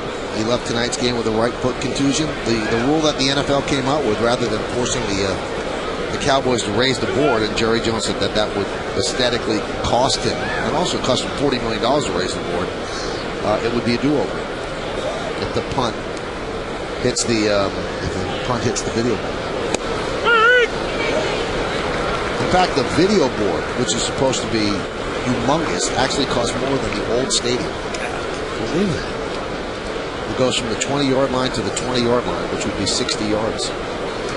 Fordham education. Ground ball at third, backhanded by A-Rod. He sets and fires, and Teixeira can't come up with the scoop. We'll see how they score that. You know, it's gotten to the point with Mark Teixeira that anytime an infielder throws a throw over there that's low, you expect him to pick it. See the over-the-top rotation. Mark tries to go for the backhand. Pulled off it a little bit. Couldn't come up with a play. It's shocking when he doesn't. Good, strong throw.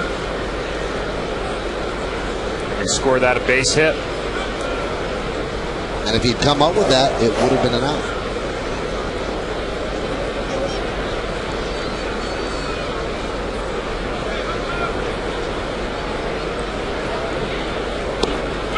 And there's a strike to Overbay. Count 0-1. Overbay's 1 for 2. The Yankees and Joe Girardi, Dave Island really going to pay attention to Chad Godin. We've seen in a couple of his starts when he gets to this pitch count, things kind of fall apart.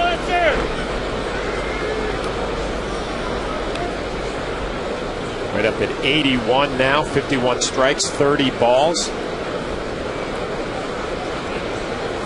I think another element in that, John, is the fact that you flip a lineup over there. Look, a starting pitcher will see the same batter 3-4 times in a game. For the most part, Chad Godin. Although this game, he's had a very effective changeup. That last pitch that Overbay was a changeup. Slider still, we talked about how Dave Island working on trying to get a better, bigger break to it down and away from the righty. I'm going to 6. Toughest inning, 20 pitches in the second. And you saw Alva Ladeo warming up. Line drive foul.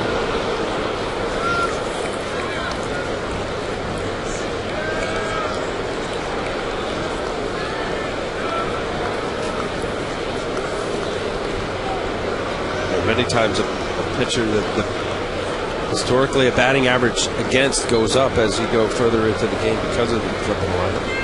Angels lead the Red Sox 3-0. And that's at the top of the 6th. Well, after he gets to pitch number 75, opponent's at 288 against Godin. And he's at 83 right now. And that average is about to go up. Into the corner and up against the wall. Vernon Wells rounds third. They're going to hold him right there. So a double for Overbay, his second double of the night.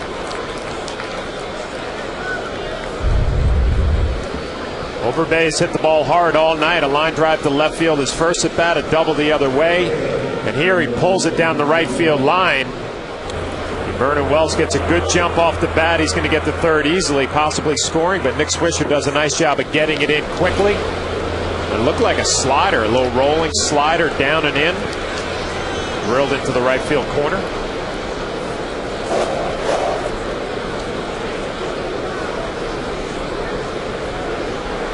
Here's Encarnacion. Held off his foot. The Yankees will give up a run. The infield's back except at first with Teixeira. This copyrighted telecast is presented by authority of the New York Yankees and may not be reproduced or retransmitted in any form, and the accounts and descriptions of this game may not be disseminated without the express written consent of the aforementioned New York Yankees.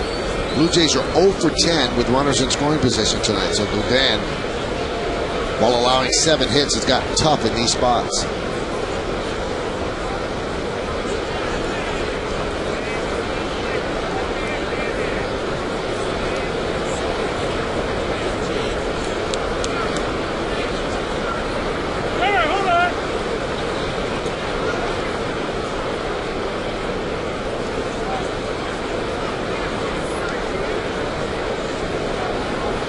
Andy 0-1. 1-1. Chad Godin choosing to wind up with nobody on. Normally a pitcher, even though it's second and third, you come from the stretch. We've seen in Major League Baseball with good fast runners at third base that would attempt to steal home. We saw this year against Andy Pettit. Jacoby Ellsbury did it in the game at Fenway, but it's easier with a left-hander. Now, Derek Jeter's going to talk with Godin. Maybe it's about that, to look over at third. And Vernon Wells now talking with third base coach Nick Laban. I think right there, Michael, was that the signs will change from the pitcher-catcher depending upon how often a runner's at second base. So Jeter probably had a sequence of signs that he thought were it. And the 1-2. Just got a piece. He's throwing some sliders, and they're not very good ones. I mean, he's kind of getting his hand underneath the ball. He saw Encarnacion had a good swing. Chad Godin, you really got to bear down here. If you're going to go to that slider, make sure you're on top. Pound it down and away. And the 1-2. 2-2. Good adjustment right there. You don't get the swing and the miss, but you made a nice adjustment with your slider. Better tilt, better location, better spot. Check out the release on top a little bit better with his hand. He gets better action down and away with that slider. Nice block by Molina. And another block by Molina. The count is full at 3-2. Rod Barajas is on deck.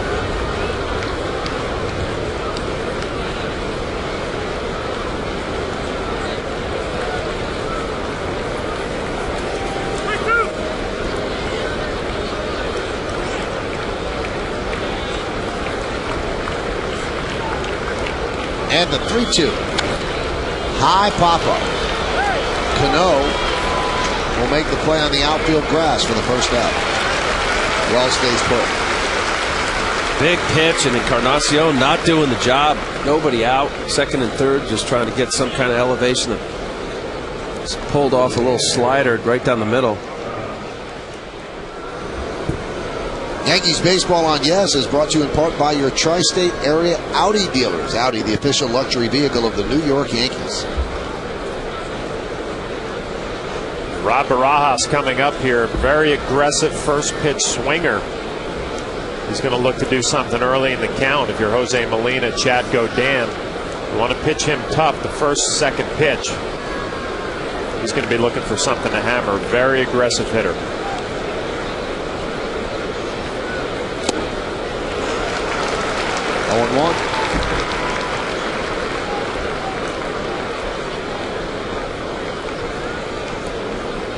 First ball, fastball hitter. Big time. It doesn't mean you can't throw a fastball. You just don't want to throw a cookie in there. You want to have one with good movement, maybe down and in.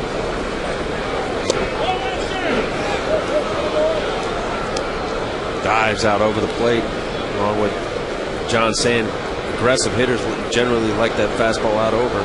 See Barajas kind of walk into that last sinker.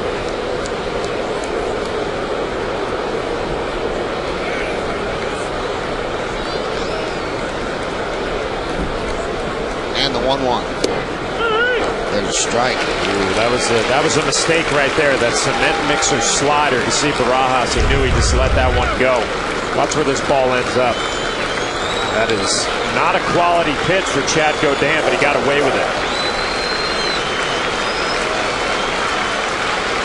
Infield remains back. Runners on second, third. Wells at third, Overbay at second. 2-2 game, top of the sixth. 1-2. Grounded to short. That's going to get a run in. As Barajas is out at first, scoring is Wells. Moving to third is Overbay, and the Blue Jays lead 3-2.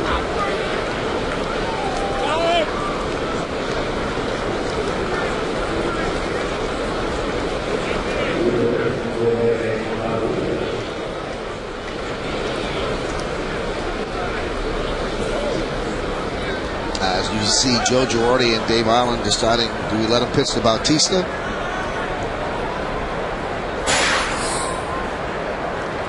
And they are going to let him pitch to Bautista because now Island will go out and talk. This might also be, Michael, to get, it's like Marte's starting to warm up, to get another matchup quickly. This would buy a little time. Maybe Joe Girardi saw some sort of matchup numbers that he would have liked to see. Could bring Marte in for Snyder if they have Bautista intentionally walk. Time for another look at tonight's Toyota Text Poll. Once again, the question looking ahead to 2010, what games on next year's preliminary schedule are you most excited about? You've been texting us at 58772. Here are the results. Of course, the series against the Dodgers and Joe Torre, 57% and 25% are excited about the opening and closing ceremonies at Fenway. That one is low to Bautista.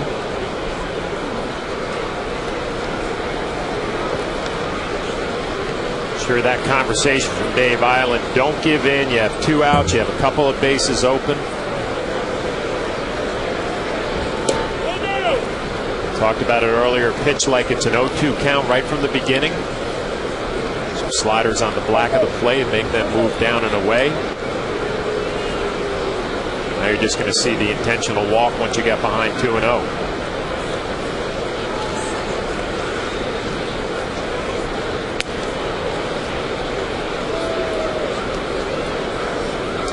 See the lefty-lefty matchup, I imagine here. So Bautista intentionally walk. And Godin now will turn the ball over. Joe calls on Marte. So the lefty will face Travis Snyder. Snyder against left-handers this year hitting 192. Against righties 233. We'll see if Cito Gaston stays with him. Godin gets a nice hand. Come on back. Bases loaded.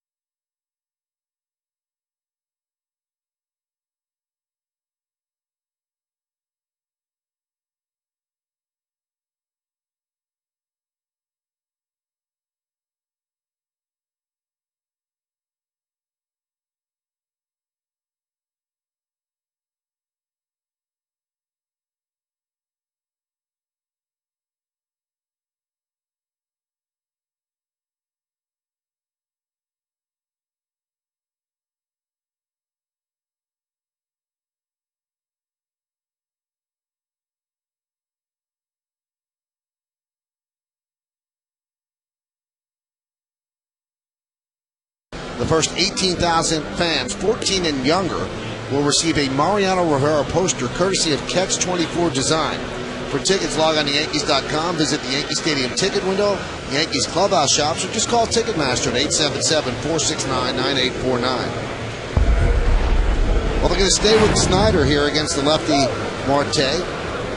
Runners on first and third with 2 outs. Last night, Snyder went yards twice, and boy, both of them were impressive blasts. That one deep into the second deck, and another one, no doubt about it, also into the second day. Lefty's hitting 158 against Marte in limited time this year, 3 for 19. Righty's hitting 410 for 25. There's a strike. If he's going to get that strike call, he's going to be tough. Last time out, he struggled, and his ERA is somewhat bloated. He has been on the DL for a long time, on for about 3 months. And the 0-1 upstairs. Yeah, that's a good test for Marte for Joe Girardi to see what he is all about in a close game. There's a difference that you just mentioned, that 150-something batting average. 3-2 game, down by 1, big moment. Obviously, if Marte is going to be used, it's going to be in these roles, especially with the disparity in his right-handed, left-handed batting average against. Yeah, it's audition time for Marte. You think about postseason roster, postseason matchups. You're right, Joe Girardi wants to see what he can do in this matchup. We talk all the time, you want to get guys hot at the right time. The end of September into postseason play is what the Yankees are looking for.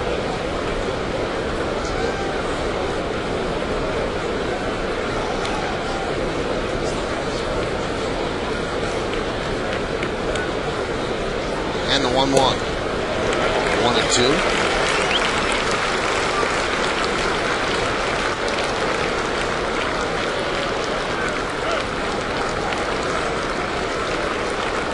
So Overbay's on third, Bautista is on first. 2 men out, top of the 6th inning. Blue Jays lead 3-2. Yankees trying to stop it right here.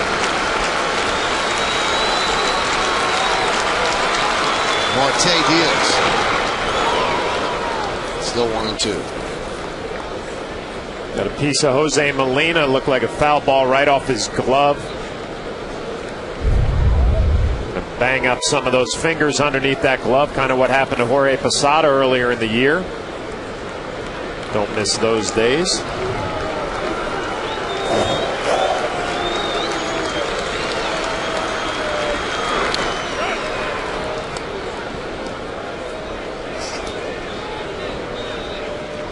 Well, Marte's first 6 games after returning from a lengthy DL stint, 4 and 2/3 innings, didn't allow a run. His last appearance, though, a third of an inning, 4 hits, 4 runs, a walk, and a strikeout. Check that, no strikeouts. Swing and a miss. So a nice comeback from Marte as he strikes out Travis Snyder. But the Blue Jays take the lead. 1 run, 2 hits, no errors, and 2 men left on base. Lefty, lefty. Snyder goes down. We go to the bottom of the 6th.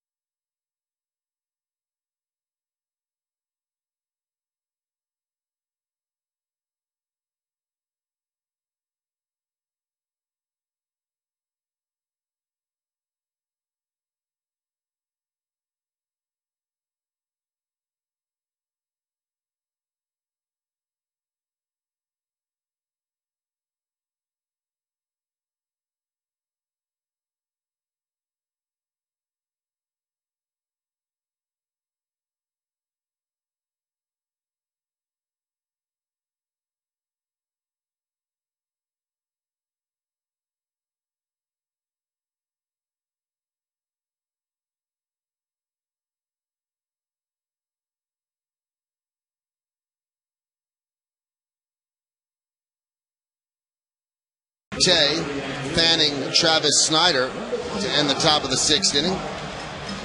So mark that a K on your scorecard, and for more delicious kind of K, try Green Mountain K-Cups from WB Mason. A perfect cut every time, a fresh cut when you want it.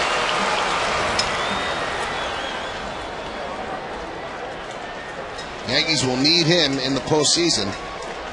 A lot of lefty batters out there that do damage. You want to be able to neutralize them. Here is Mark Teixeira against Casey Janssen.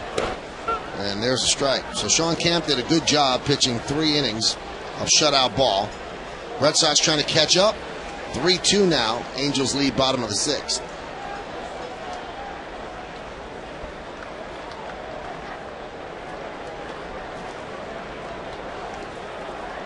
See the numbers for Jansen.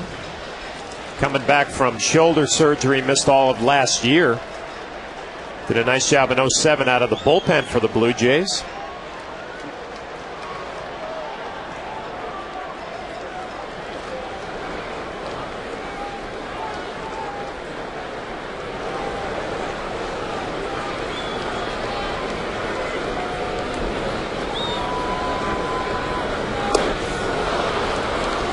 Teixeira down on strikes.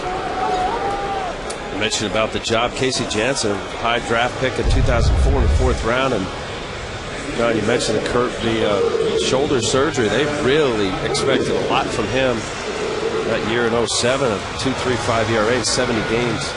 Pitches like that make him awfully tough to hit. Big curveball, sinker. Yeah, they had high plans to turn him into a starting pitcher and then blew out his shoulder, had surgery, and missed the whole year, trying to work his way back this year.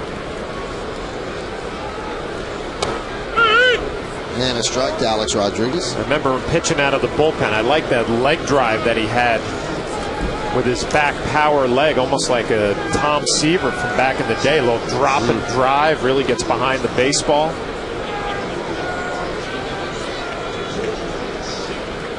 Yeah, a little push.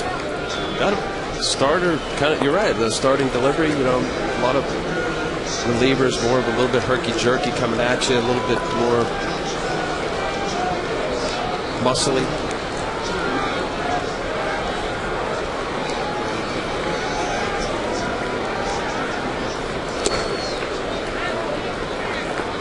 And the count 2-1. Boy, often haven't we talk about injuries to pitchers and surgeries and elbow and Tommy John. It's just so prevalent today. Not only at the major level, professional, right on down to high school level.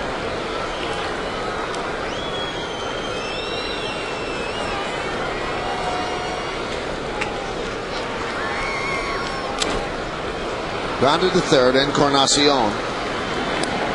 2 outs. You bring up the injuries, Al. It's really become a situation. Whoever can stay healthy during the year, they're going to have the best year. Remember, the Red Sox coming out of spring training had too much pitching, right? How are we going to find ways to get innings for everybody? And went through a little stretch that they didn't have enough there for a while. Yeah, we haven't mentioned this year. Obviously, he's rehabbing, but where would the Yankees be with Chim Hua? 2 years in a row. I mean, he's got 19 wins. Best starter for the Yankees.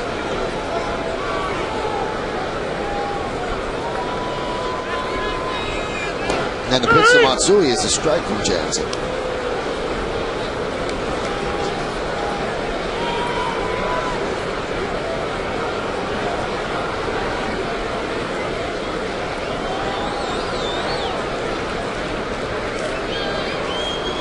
And the 0-1.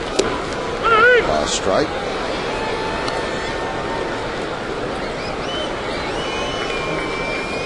Look this. In the last 10 years, Tommy John surgery up 700%. 700%. From all levels, high school, college, right on up.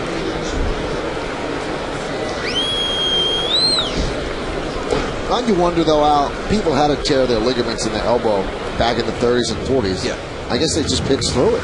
They did. They did. You're right. Now with the technology, be able to identify it, MRIs, and just, the technical aspect of being able to identify the injury. And also, too, I also think that there's some camps that think by putting a stronger ligament in there that guys would actually come back throwing harder. If you think about it, in the 30s, there was no Tommy John surgery. I mean, there wasn't even Tommy John.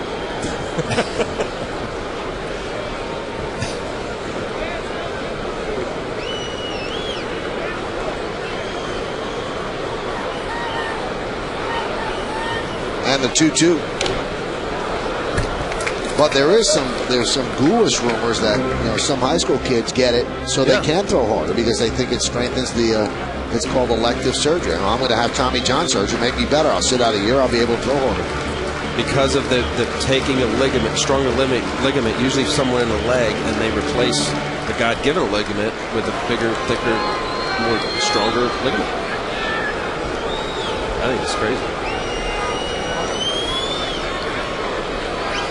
And the 2-2. Now that's one area that didn't give you trouble, right, Al? The elbow? No. It was all shoulder. Yeah, I just the way my delivery came out. And I had atrophy of the infraspinatus, which was one of the 4 major rotator cuff muscles that just went away. That was my biggest problem of trying to figure out to strengthen the subscapular area to be able to throw a baseball. David Cohn had the same thing. There's pitchers that have little divots in the back. Strike 3 as Matsui down looking. A lot of Yankees have been striking out 4 in the last 2 innings as the Yankees go down in order 1-2-3.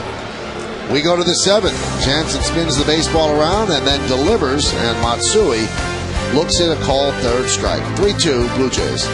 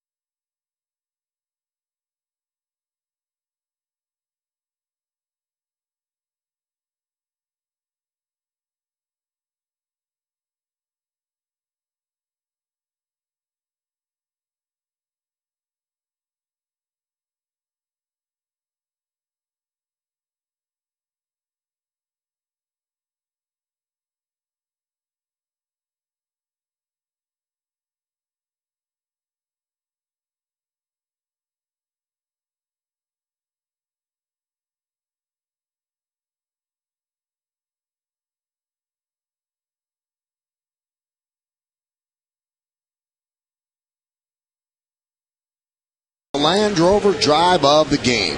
Back in the 3rd inning, scoring the first run for the Blue Jays. This was a fastball down the middle, and boy, did Jose Bautista get all this well beyond the center field wall into Monument Park. Land Rover drive of the game, Jose Bautista. And a new pitcher on the mound for the Yankees, and Brian Bruni. Fastball is outside, 1-0. 3-2, Blue Jays lead.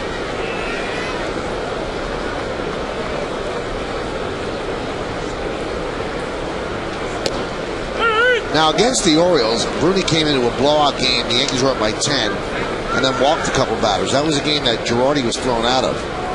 See Bruni's numbers. And Tony Pena came and took him out with 2 outs in the 9th inning. Went to the bullpen. And at the time, you thought that Pena was looking to punish him. That one is blooped to right. Diving try by Swisher. He can't get it, but backing up nicely is Cano. As Scudero reaches with a double. Swisher looks like he might be banged up a little bit. Scudero right inside out. Mick Swisher covering a lot of ground. He's going to lay out. Is not able to come up with it. Robinson Cano backing up the play. See the concentration. Just can't cover enough ground.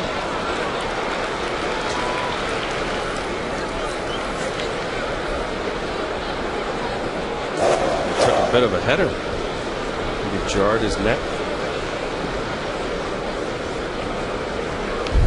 Might have knocked the wind out. Really came down hard on his stomach and chest.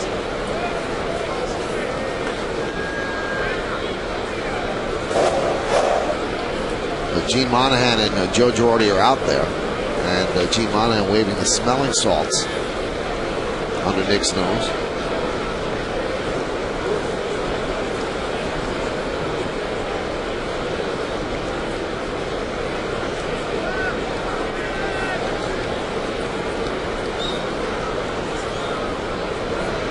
So he's going to stay in.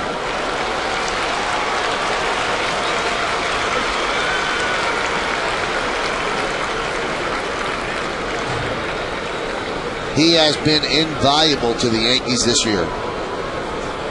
When Xavier Navy got hurt, there was some question who was going to pick up the slack, and Nick Swisher's done it. He's been great working the count. High on base percentage. He's hit more home runs than people thought he was going to hit. Driven in some big runs.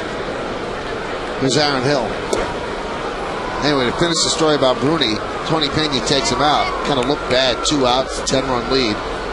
And you wonder if he was sending him a message. You know, you got to throw strikes. But Joe Girardi said later, we didn't want him to throw more than 20 pitches so they could be available a little later on.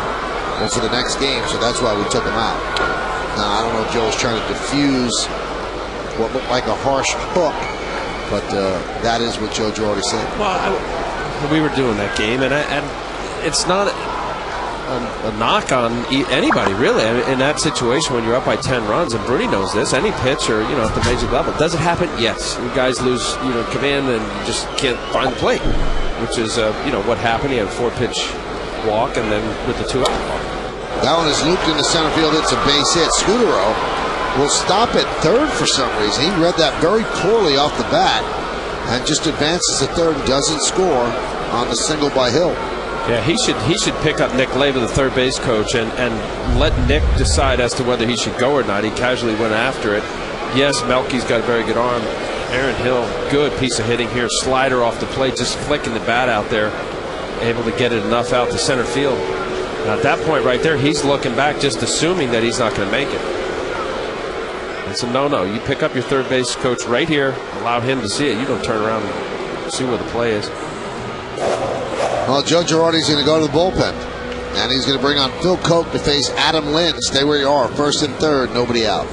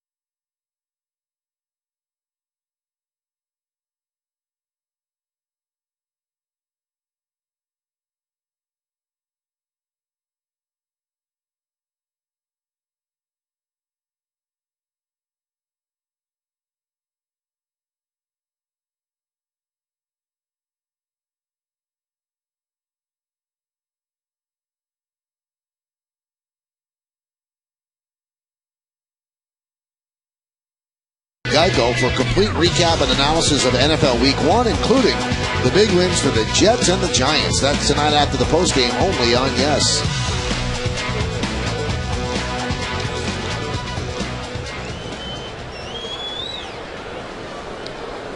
So Phil Koch comes on to get Adam Lind. First and third, nobody out. Yankees playing for the double play. They're down 3-2, the pitch.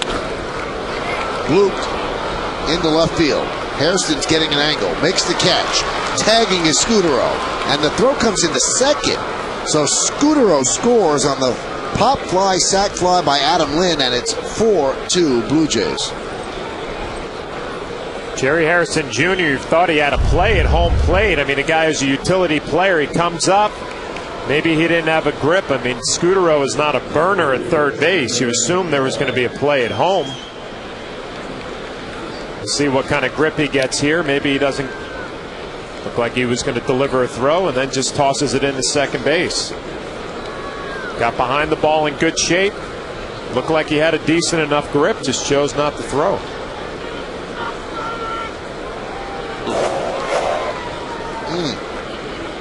That was not a very deep fly ball. Here's Vernon Wells.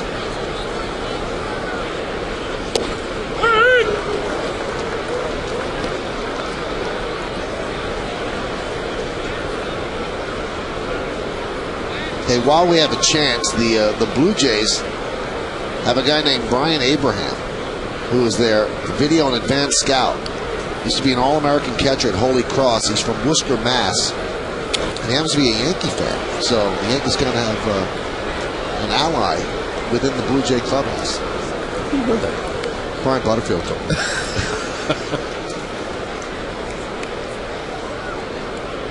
Catcher at Holy Cross. Yep. So he's got two things going for him. Fine academic institution, Holy Cross, and obviously a smart guy if he was behind the plate. Has to be. The 0-2 popped up. Molina makes the play, 2-1.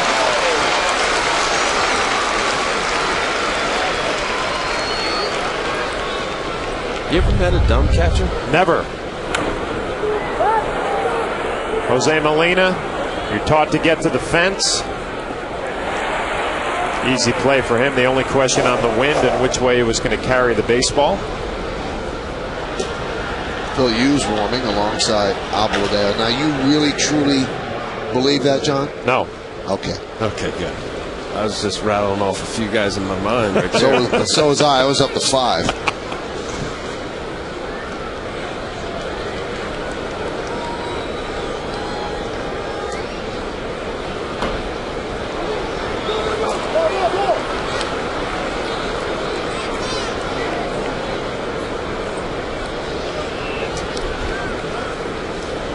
Wild pitch, advances the runner at second, or to second.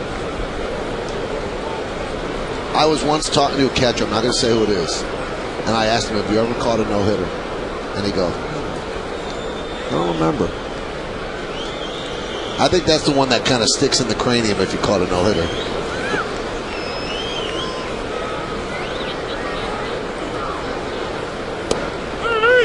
There's a strike.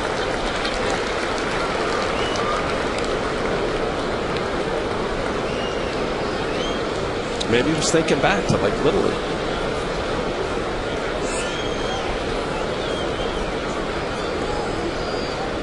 The 1-1.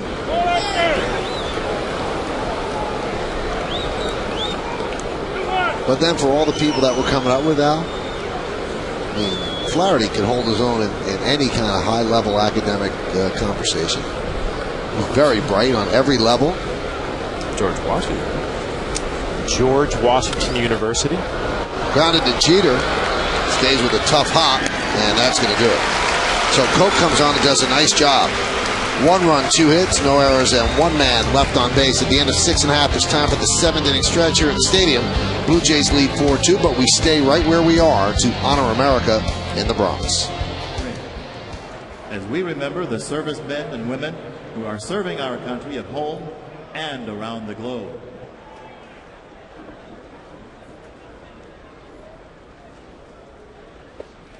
Now please join Kate Smith as she sings God Bless America.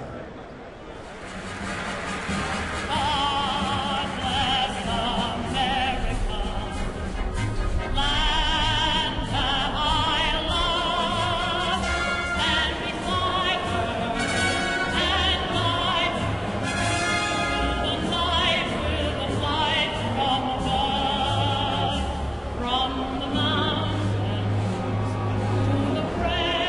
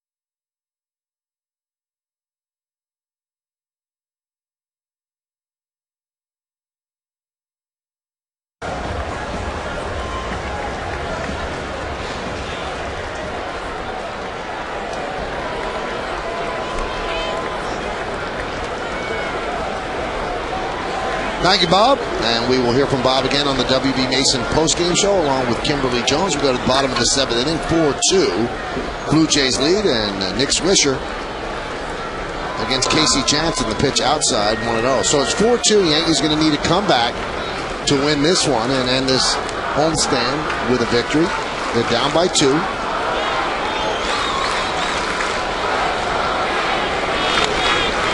High fly ball, left field. Snyder.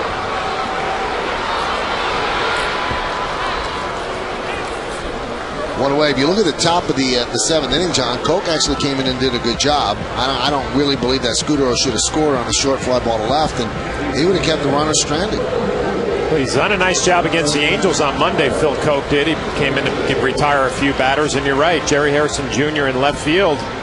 Don't really know why he didn't deliver a throw to home plate. Scudero not a burner as a runner. The Yankees playing a little catch-up baseball with the Red Sox taking the lead against the Angels. Start thinking the possibility things could get interesting. And also the Yankees are wasting opportunities to take a nice lead over the Angels for the best record in the American League as well. Angels lost last night to the Red Sox, and they're trailing again tonight. Pitch outside the Cano.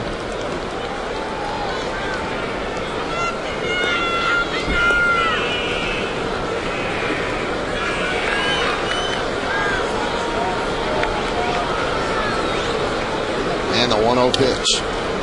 Grounded foul. Well, the indicator when you go through your starters, certainly nothing against Sergio Mitre and what Godin was able to do tonight. I think he did an excellent job. But, you look at your matchups, and A.J. Burnett pitching the next start, certainly with CC Sabathia, what's going to come out of Pettit's start Monday in Anaheim. There's a certain element to a comfort of knowing that you have a big lead, but yet don't be too complacent as a result of that. And I think there's a fine line that you play with there, because there's no question Joe Girardi, the coaching staff, they can get guys that are nicked up, banged up a little bit, extra rest that they normally wouldn't. But still to identify that there is a sense of urgency, because it's not an insurmountable deficit for any team being 6.5 back as the Red Sox are. And as you mentioned, Michael, you want the best record in the league. American League's going to have the home field advantage for the World Series. You want it throughout.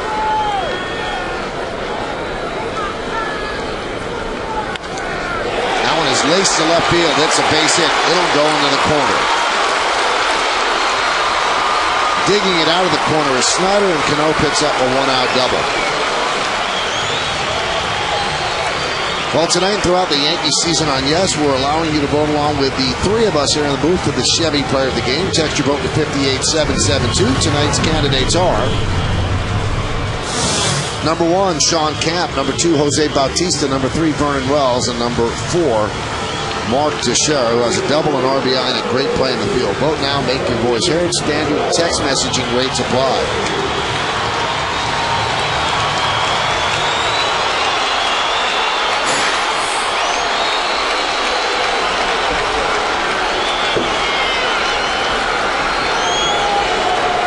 Here's Melky Cabrera.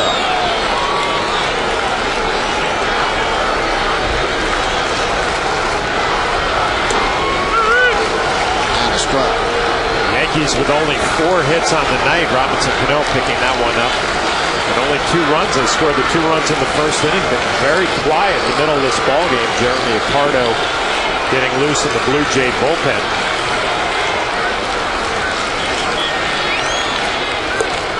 Getting very chilly here at the stadium. One of the coldest games the Yankees have played since April. First pitch temperature when the sun was still out was about 65 degrees. It feels decidedly colder right now with a stiff breeze blowing in from left.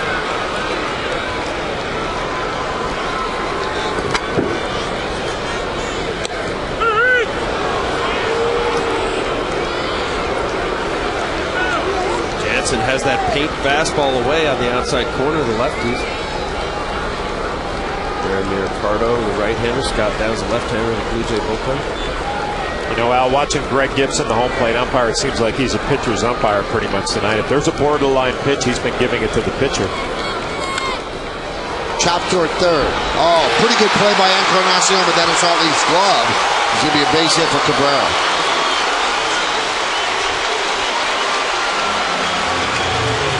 He ranged far to his glove side. Almost had it. Looked like he did, but it went off the end of the glove. Similar play that he was able to make earlier on in the game. This ball just banged in the bunting circle. Encarnacion not being able to get the glove down low enough. I wonder, had Scudero been able to come up with that, would he have gotten Melky? Well, that's a tough E5.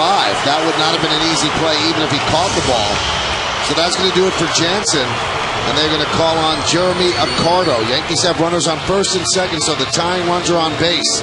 Coming up, Johnny Damon will pinch hit for Molina.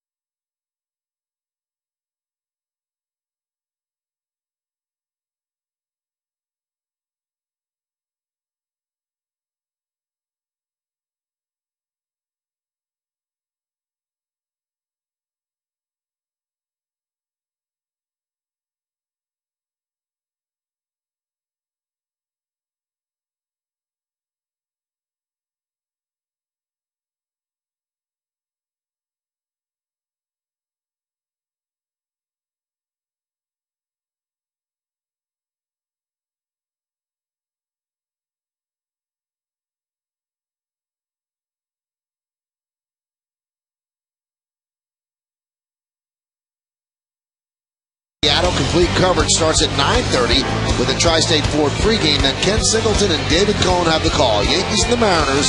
It all starts Friday night at 9:30 only on Yes. And the Yankees will see Ichiro Suzuki, who on Sunday picked up, appropriately enough, an infield single for his 200th hit. 9 straight years of 200 or more hits. And that is a major league record. He has been amazing since coming over from Japan. 9 big league seasons, 2,007 hits, 262 hits in 04, single season big league record, and a career batting average of .333. So do not miss that series. Get a chance to see Ichiro Suzuki in 3 straight games. Johnny Damon is going to pinch hit for Jose Molina against Jeremy Accardo. Cito Gaston playing the percentages. Johnny Damon 0 for 11 in his career against Accardo. See the numbers for the year, 24 and 76. Damon has not had success as a pinch hitter. 9 for 52, 173 with 1 home run. Unusual split for Accardo. Left-handers are batting 138. Right-handers 378. He's got that nasty split finger forkball type changeup that goes down away from the lefty. A lot of walks for Accardo, 13 in 19 innings.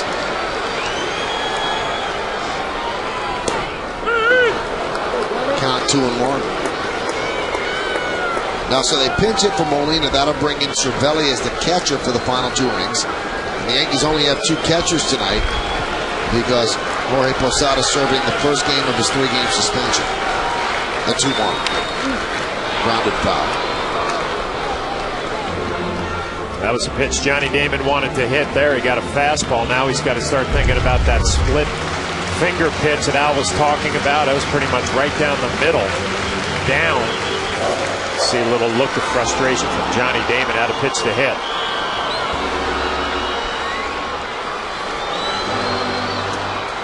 Bill Hughes ready. He's going to pitch the 8th inning.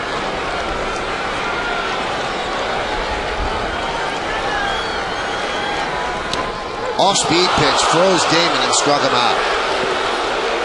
That is nasty right there. Johnny As John said, the pitch before was the pitch that he would realize that, boy, I wish I'd kept that fair. Fastball gets behind, Arcardo does. Johnny's in a good count right here. Just paints the sinker down and away. Now this is the pitch in which he had it. Down and in, and then look at this split. Split changeup. Looks like it's about letter high. Ends up being thigh high. Tough pitch. So Johnny now 9 for 53 as a pinch hitter. Guys that play all the time, they don't make the best pinch hitters. Very tough to make that transition. Here's Derek Jeter. Derek 0 for 2 with a walk and a run scored. 4 for 7 off of Ricardo. So obviously picks up the ball good off the right-hander.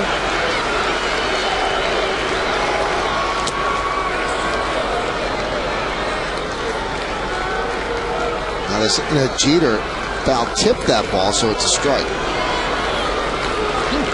Not much of an argument from Derek Jeter. A little half-check swing. The umpire could hear the tick. A 1-2. Check that. The 0-1. Now it's 0-2. Cervelli getting ready to come in.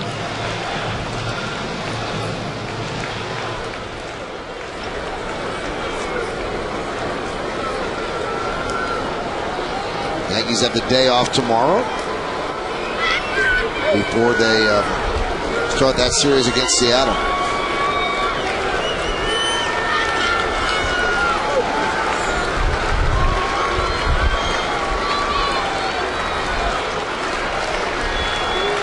And the 0-2 pitch just missed outside. 1-2.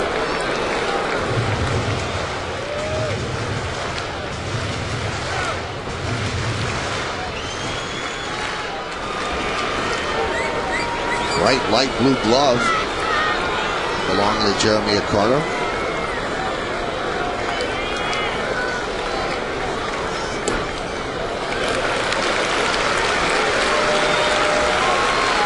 Yanks are 1 for 7 with runners in scoring position so far tonight. Cito Gaston looking for a sweep with his 2-game set. Joe Girardi wants a split. Lost yesterday. Cano at second, and Melky Cabrera's at first.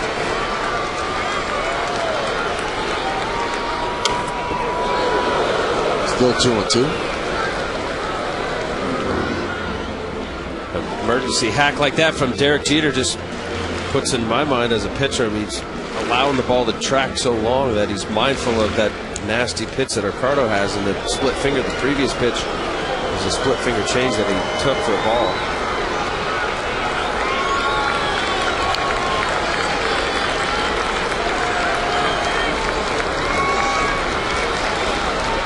And the 2-2. Foul ball, just kicked back.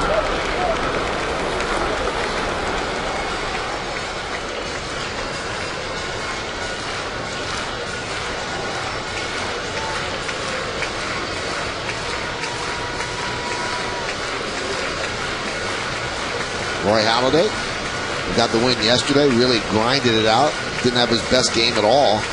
Picked up his 15th victory.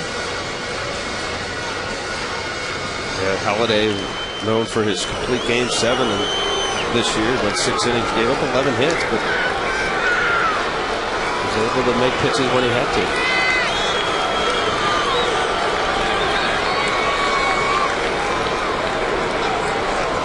Tough situation for Barajas, the catcher. You've thrown 2 fastballs pretty much right by Derek Jeter. You've jammed him. Ricardo's best pitch, a split finger. What do you do?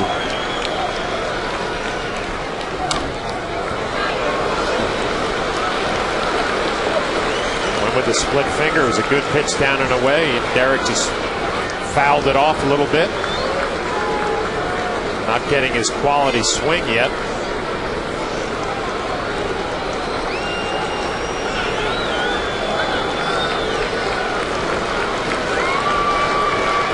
This will be the 8th pitch of the at-bat. Angels coming back 5-4 now as Jeter fouls it back. This is what makes Derek Jeter so tough as a pitcher facing him. Tough with 2 outs, runners in scoring position, but mostly allows the ball to track deep in the zone. And you see him shaking his head. This guy's got nasty stuff. A lot of movement, good velocity. Got to be frustrating for a pitcher. He's thrown 4 quality pitches in a row, and Derek Jeter has spoiled them all. 2 outs and runners in scoring position in his career. Jeter hitting .315. He's a .317 lifetime hitter. And he's worked the count full. So that's going to give the Yankees an advantage as the runners will be going on the pitch. The Angels have now taken a 6-5 lead over the Boston Red Sox in the top of the 7th inning. So they come back from down 5-3.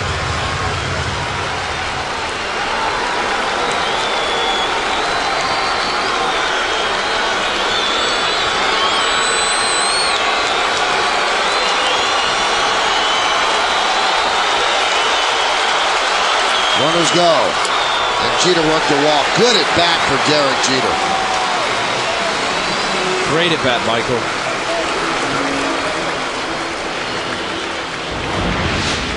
10-pitch at bat. Just fighting it off. You get a little slider down away from ball. Fastball, middle of the plate. Off the plate. He's seeing the ball well. It stayed away the whole at bat, Ricardo. Either the fastball away or the little split. Tried to come in here. Well, that ball was in. Barely keeping it foul, and then like a little bit of just a half swing. That was a good cut there, even though he was late. But he was able to see the ball as long as he could, and anytime he's doing that, he's going to get either a pitch to hit hard or draw a walk. Great at bat. Greg Gibson's going to break this mound conference up. Brad Arnsberg, the pitching coach, out on the mound. At the last out of this game with the Blue Jays, stick around for the Emmy-winning WB Mason postgame. Bob Lorenz brings you all the highlights from this game and the rest of baseball. Plus, Kimberly Jones will have the final say from the clubhouse. It's the WB Mason postgame, and it's only on Yes.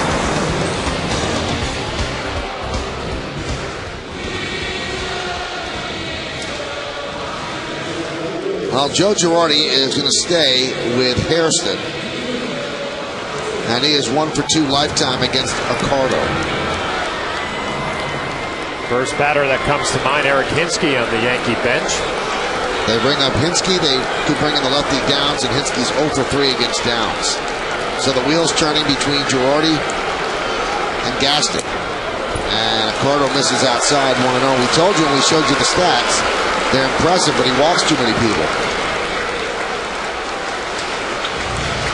They got him from the Giants in the deal that sent Shea Hillenbrand out to San Francisco. A couple of years ago. And the 1-0. Foul back.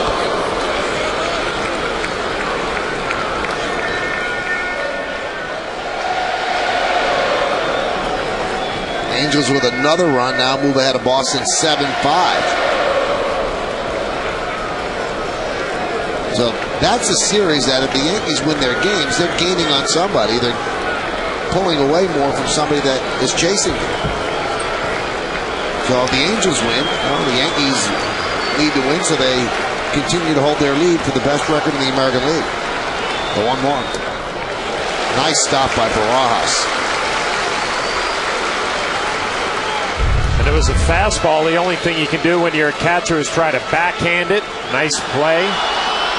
You don't have enough time on a fastball to drop down to your knees and block it with your chest protector. Just a reaction play.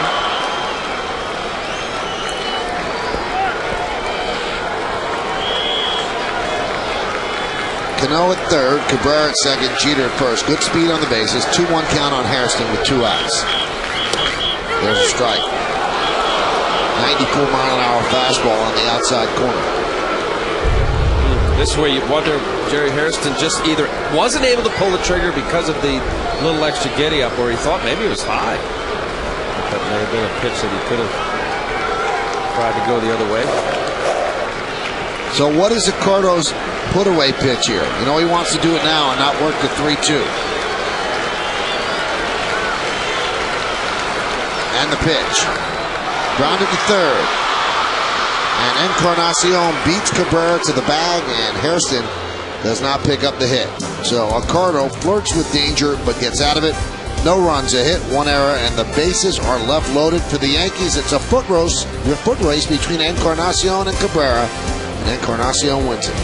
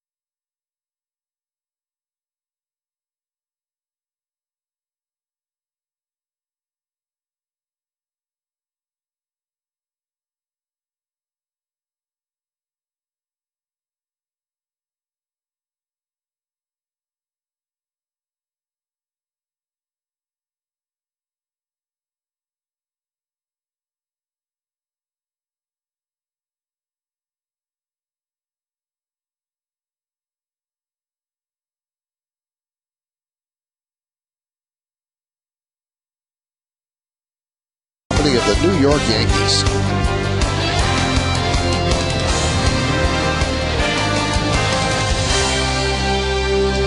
Crowd of 46,046 here at the stadium.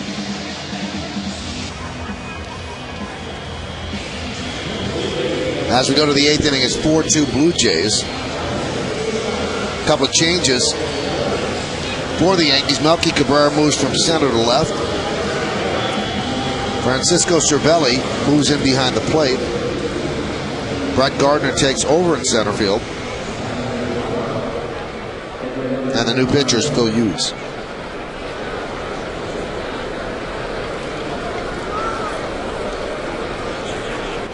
And Encarnacion will lead off. 1-0. Trying to figure out why Jerry Hairston's out of this game. I mean, this is the type of move you would make if you had the lead late in the ball game, play a little defense. And if you were taking him out of the game, then why not pinch hit for him? And the reason I thought that he would stay in the game is he's the emergency third catcher with Cervelli now behind the plate. And if you're keeping track of this at home, Gardner is now batting in the number 9 spot, and Cervelli is second in the order. Well, I think it has to do, I guess you're thinking, what, Hinsky as a pinch hitter? Ricardo's got left-handed batting average. He's actually tougher against left-handers at 138 batting average. Right-handers 378. Maybe that was Girardi's thinking, and not pinch hitting Hairston with Hinsky. Oh, that's not even close. 138 to 370. Now, one of the reasons he could have done it is essentially an American League version of a double switch, where he didn't want Cervelli, who's not as good a hitter as Gardner, batting in the 9th spot, maybe in the 8th or 9th inning, so he has Gardner batting 9th, and this is the way Cervelli is hitting second. Fly ball right field, Swisher toward the line. One away. That's probably it.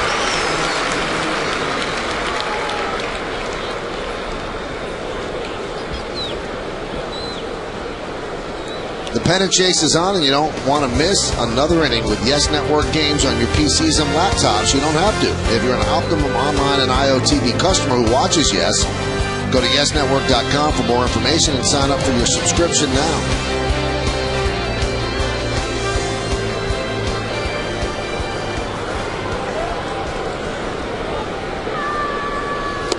Barajas swings and misses.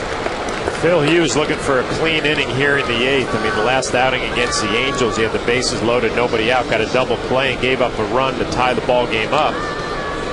But he had to work hard in that inning, looking for a little easier inning here. Blowing gas.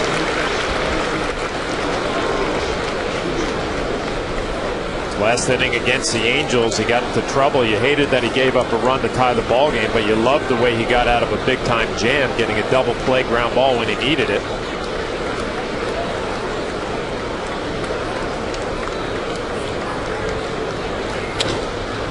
Popped up, right field. 2 away.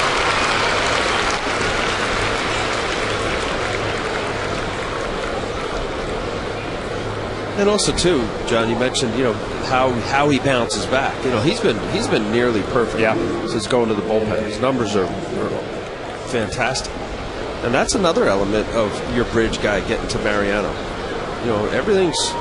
It's easy to throw it out there when everything's just working and you feel good about what you're doing or previous appearances.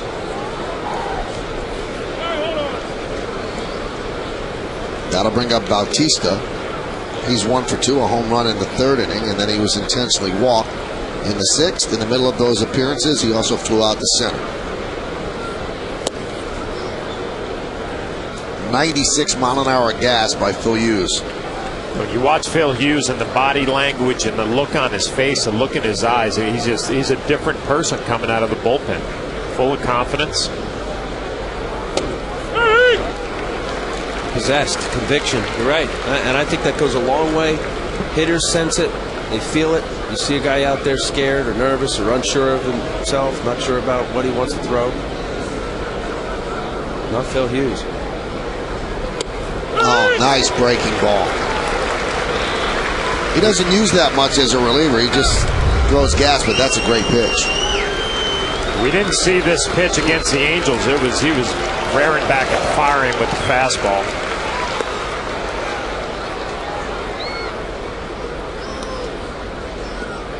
You don't have to throw it a lot. You just have to show the hitter you'll change speed so you can't time that heater. Oh, that is nasty. Those last two. 12-6 on the clock. Tight spin.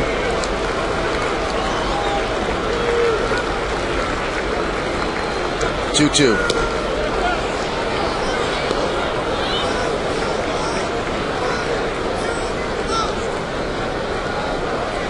Travis Snyder on deck.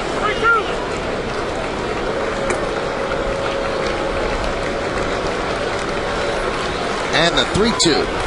Strike three. Impressive inning for Phil Hughes. Paints the outside corner with pure gas. Tailed back over. We go to the bottom of the eighth. 4-2 Blue Jays.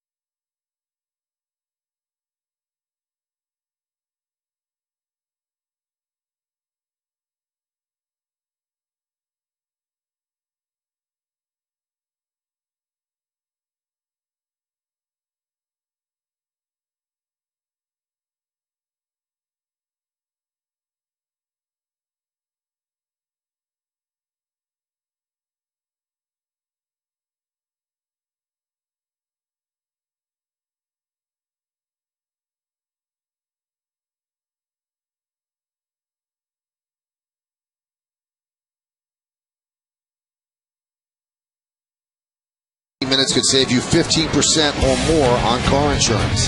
Mark Teixeira responsible for your Geico play of the game. Rod Barajas shoots one down the right field line. Great over-the-shoulder catch, but even more impressive, coming to his knees in a strong throw to hold the runner to third base. Your Geico play of the game.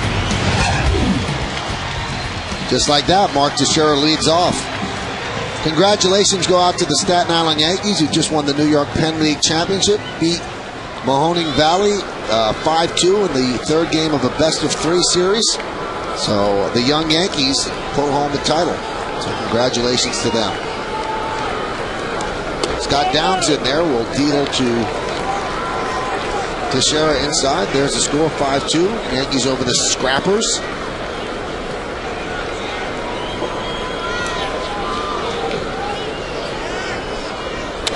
Ground ball right back to Downs. One away. That bodes well when your A-ball team wins a championship. There are no veterans there, and you see Downs' numbers. Those are the kids that you draft. You send them to Staten Island or to Tampa, and for them to win a championship, that means the future's pretty bright. There's always, I wouldn't say it's a controversy, but you want to develop talent. You also want to develop a winning attitude. Congratulations to those kids. Most of them right out of college, the pro ball, win a championship, not bad. You play in the Penn? I did. I played for Elmira. Beautiful Dunn Field in Elmira, New York. Hot shot, base hit off the bat of A-Rod. He's 2 for 4.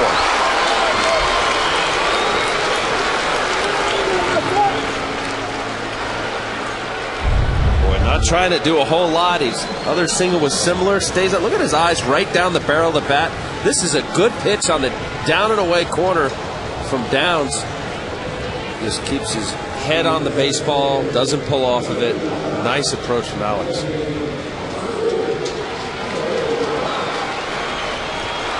Pitch down the way. He's right. Boy, that right center field just gets him on track.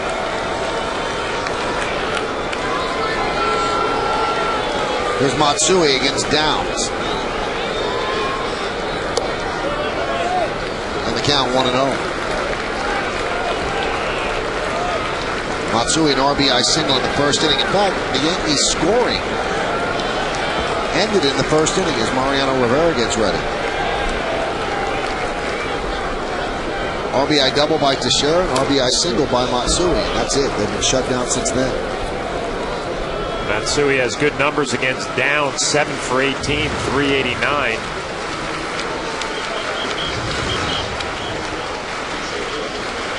Throwing him a couple of fastballs inside, too. A dangerous pitch here at Yankee Stadium with that short porch in right field.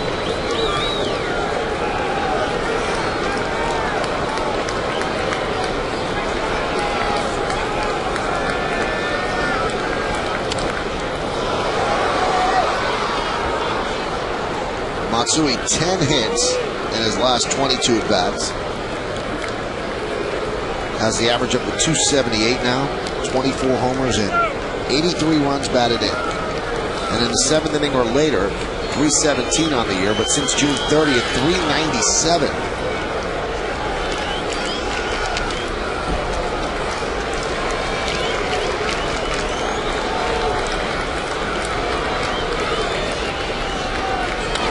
That one is drilled deep to right field. There it goes. See ya. Tie game. 2-run home run for Matsui.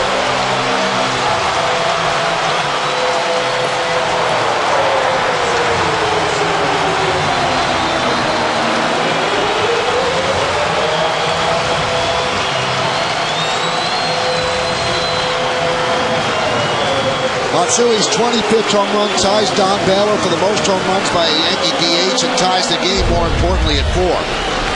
Downs goes with a fastball in the first 3 pitches and elected to go to the slider. The pitch was down middle of the plate, just a pitch that obviously Matsui was able to deposit in the right field seat. Looked like he was a little late on the fastball. Nice piece of hitting. Tying this ball game up. That's Matsui's 12th home run against left-handed pitching this year. And that makes the most for a left-handed hitter against lefty pitching since Tito hit 12 in 1997. And 25 on the year. Here's Swisher against Downs. Hot shot, base hit.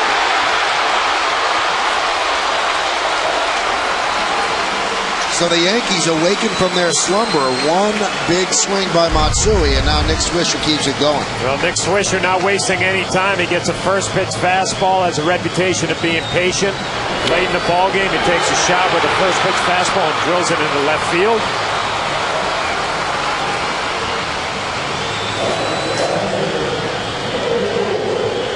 Well, now he's tied with Don Baylor, as we mentioned, most home runs by a DH.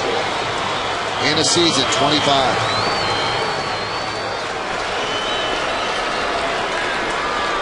See Hideki Matsui on the bench, thinking about Nick Swisher at first. Possibility pinch running Freddie Guzman. They've been talking about a kid who has a lot of speed.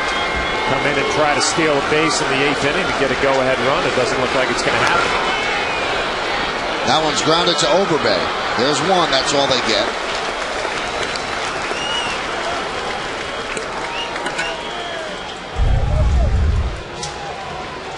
Overbay does a nice job getting the lead runner. Not going to have an opportunity to turn to double play. Just puts a good throw to Scudero to get that lead runner at second base.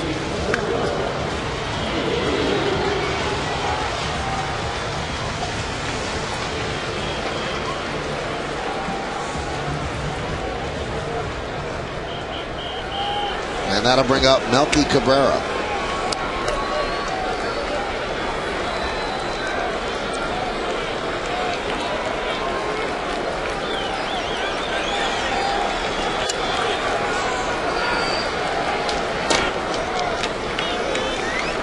Several of these Yankee hitters have good batting average against them. Cabrera's another one, 4 for 8, 500 batting average. Now the trainer comes out.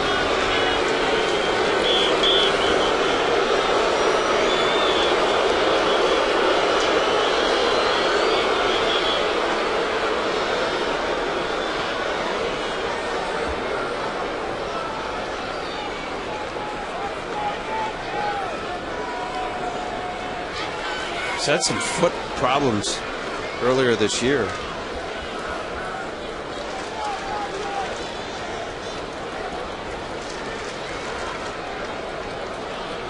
And that's going to do it for Scott Downs.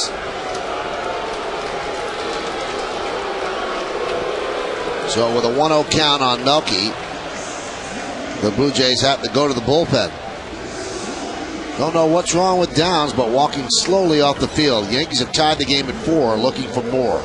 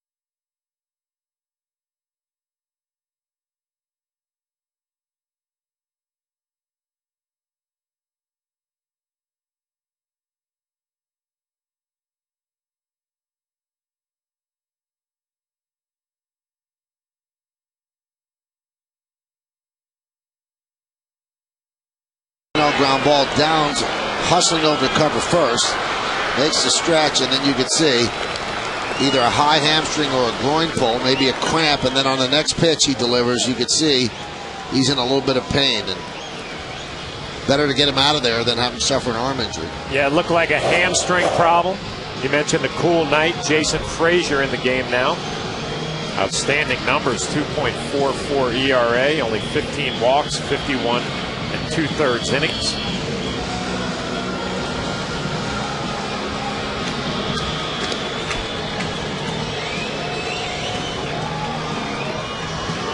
Friday night, catch an all-new Forbes Sports Money presented by Fox Business Network. Look inside the controversial Supreme Court case that could drastically change the sports business landscape, plus the new NFL TV deals and how they affect the league. It's a new Forbes Sports Money Friday at 9 only on Yes.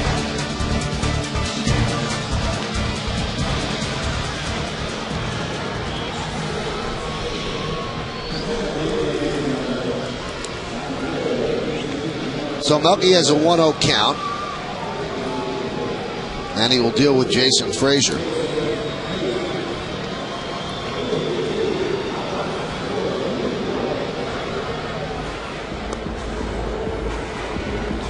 But what the Blue Jays do, Downs goes to Frazier,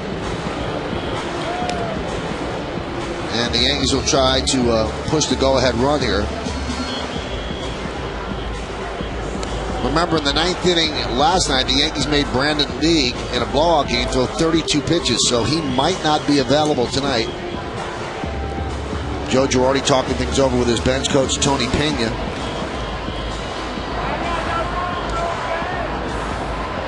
And that'll allow Frazier, who is not warming up, to throw as many pitches as he needs. The Yankees are looking for another come-from-behind victory.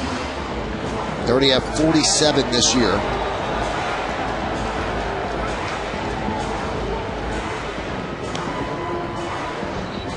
They have 13 walk-off wins, and they have 10 games where they went ahead in the bottom of the 8th inning, which is what they're trying to do right now. They have 33 come-from-behind wins here at home, so late inning magic is nothing new for this team. And I guess, John, that when you do it, you're convinced you can do it, which in turn kind of makes it easier to do. Not that it's easy, but you do have a belief that you can do it. Yeah, you have a history that you can go back to with confidence, and you also relax knowing that your bullpen can match up against anybody. That's a big part of a lot of these comeback wins. The guys in the bullpen, Phil Hughes, can throw a lockdown inning. And you got Mariano Rivera. Well, Michael, I don't think there's a question about it. When the amount of dramatic victories the Yankees have had this year, they absolutely know they can do it. One more come-from-behind victory. They tie the 1932 Yankees for the most single-season comebacks at home. So Frazier against Cabrera. Melky, a .311 hitter after the 6th inning.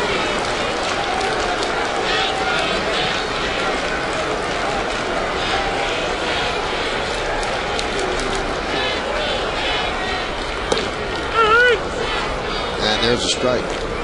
So it's 1-1.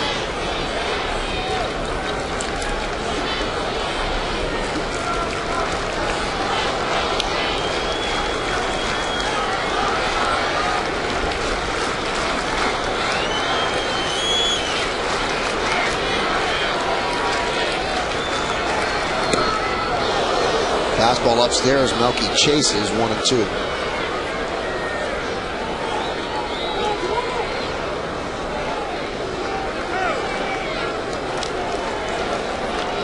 Melky tonight is 0 for 3.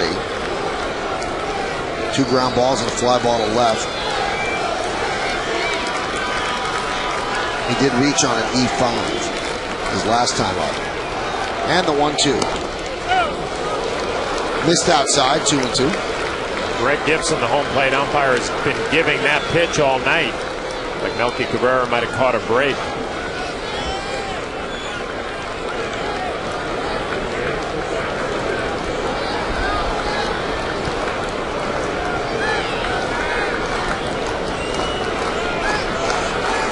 And the pitch. Spoiled it. During the 8th inning in Boston. And the Angels lead that one 7-5 over the Red Sox. Bob Lorenz will have all of the scores and the highlights on the W.B. Mason postgame show after the final out.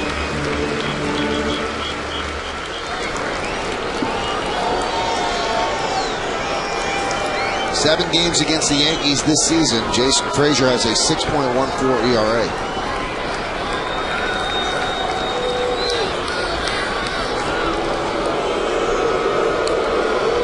Well, the days they dwindle down after this game, the Yankees have just 6 more regular season games here at the stadium.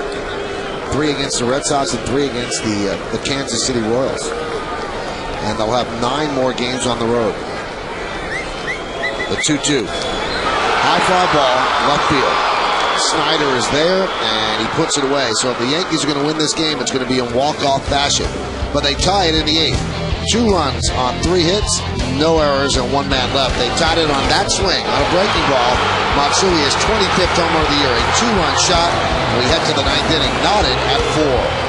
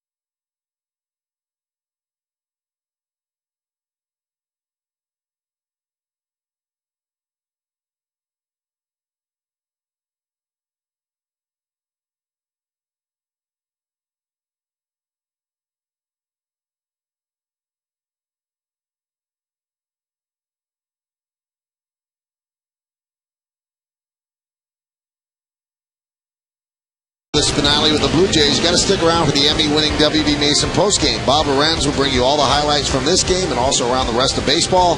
And then Kimberly Jones has the final say from the clubhouse. It's the WB Mason postgame. It's only on Yes. So we go to the ninth inning, all tied at 4, and Mariano Rivera has made his way in. The famous jog with the glove in the right hand. Enter Sandman playing over the loudspeaker system, and he is ready to roll here in the ninth inning in a tie game. Travis Snyder will start it off, number 9, 9-1-2 in the Blue Jay order.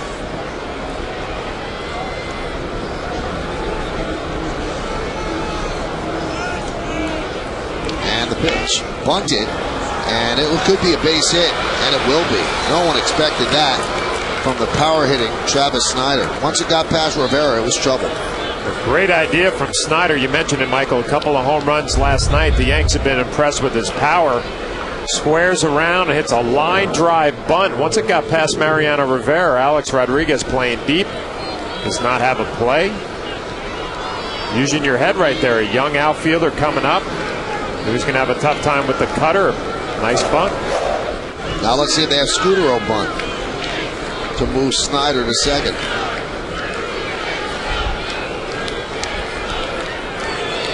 Those are Mariano Rivera's numbers.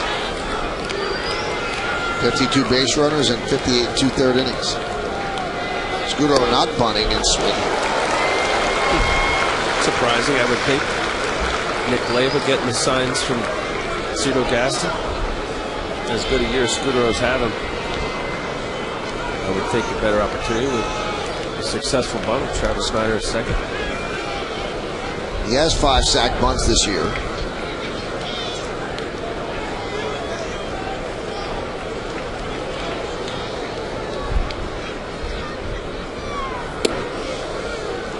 Count 1-1.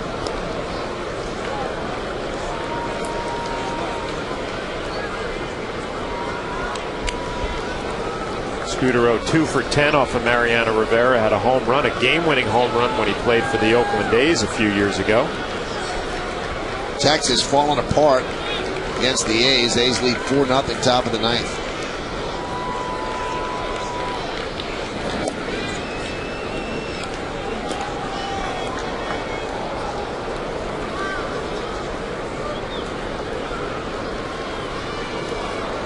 Everybody's looking down at Nick Leyva, or across at Nick Leyva, get the sign. Leyva getting the sign from Cito Gaston.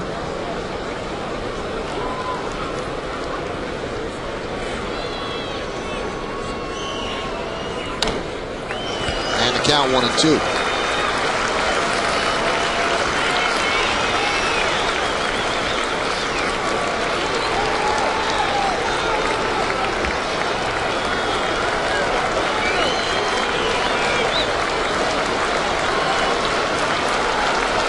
Big, healthy cuts from Scudero, almost looking as though he wants to drive the ball left field. I see his 2-strike approach if it changes.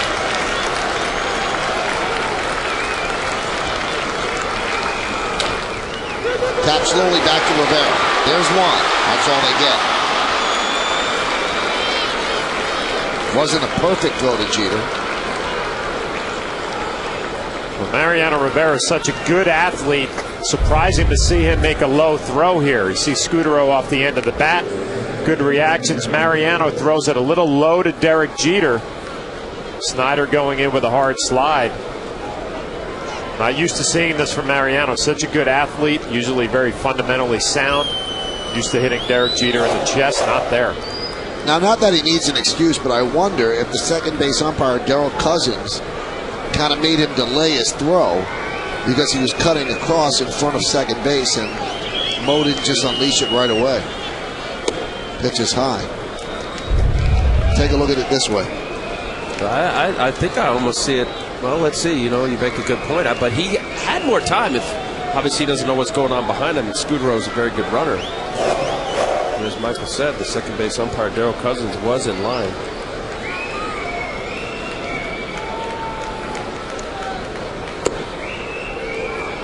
Count 2-0.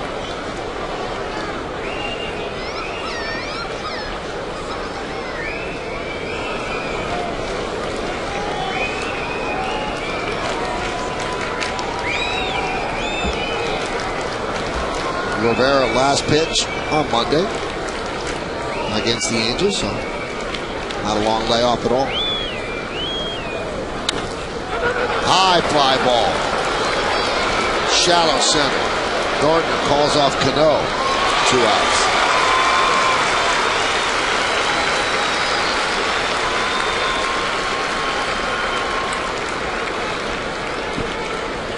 Aside from the usual cutter that Mariano has done so often in his career, he also has developed and very effective a two-seam or straight fastball that comes in on the righties, as he just did there with Aaron Hill.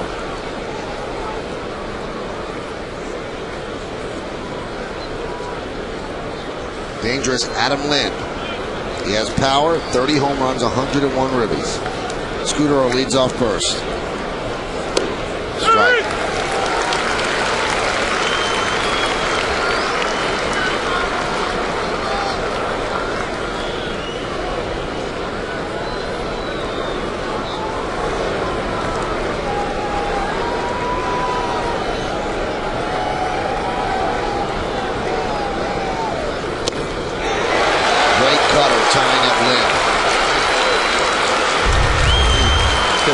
The late mover, what's a late cut here?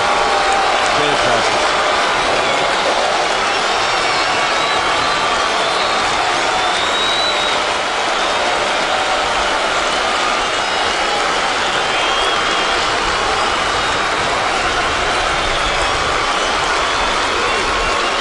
Runner goes. Throw to second. Not in time. So a stolen base for Scudero, and that puts the go-ahead run at scoring position. And with Mo, you always group one over the infielder's head. That's always a problem. So that's a big stolen base. Lots of jump by Scudero, a good one. Cervelli comes out in pretty good shape, a little wide right. Pitch didn't miss by much either. 1-2 count. They set up inside. That was good catching by the youngster. He would not set up too early, John, so that Scudero could pick it up. Well, bouncing around a little bit. You know, there's some pitchers that don't like that. They want you to set up inside, give a good target. Outstanding movement on that cutter there.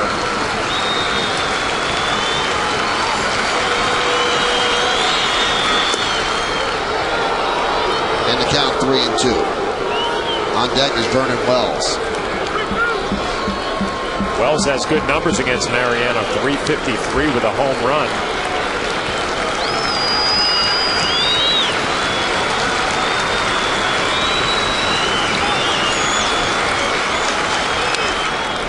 And a slow ground ball at Cano. He gobbles it up, and that'll do it here in the ninth. No runs a hit, no errors, and 1 man left. Now the question is, who wants pie? A.J. Burnett looking to deliver.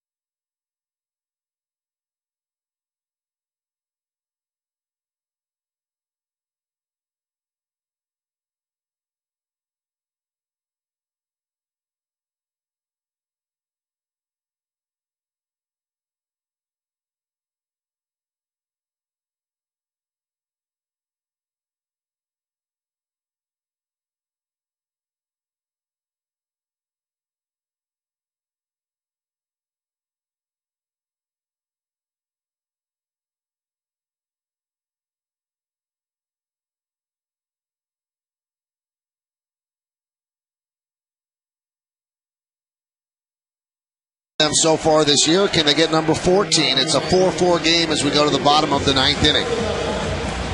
13 pies delivered by A.J. Burnett. He's ready to load up with pie number 14. And the Yankees would like to get out of this homestand with a victory. So they've come from behind down 4-2 to tie the game up on Matsui's 8th inning 2-run home run. Now it'll be 9-1-2. Gardner, Jeter, and Cervelli here in the bottom of the 9th. So Gardner will start it off with his first at bat of the night.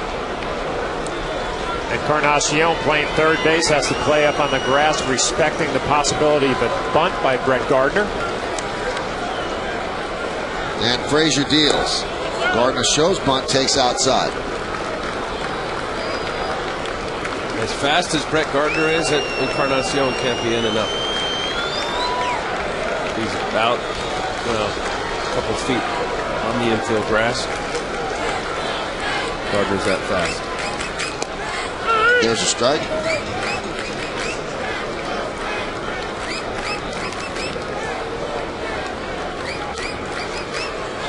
Brett likes to put that bunt down the third base line, but you think if he could pull one down the first base line towards Aaron Hill at second base, a lot of room playing back.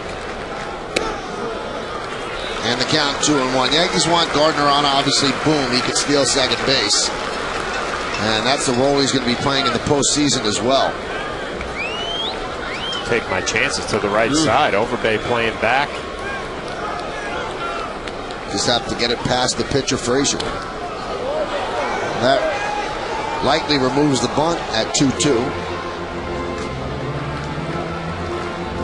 I think it's all a feel, Michael, for Brett Gardner as to whether he just feels comfortable enough to take the given pitch and lay it down.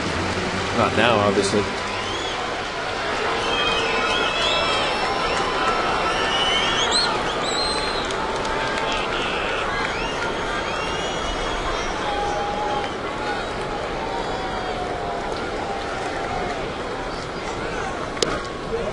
And the count is full.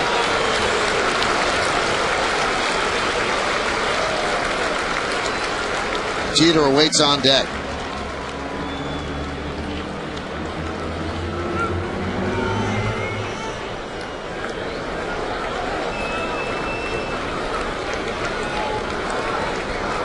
And the 3-2 pitch.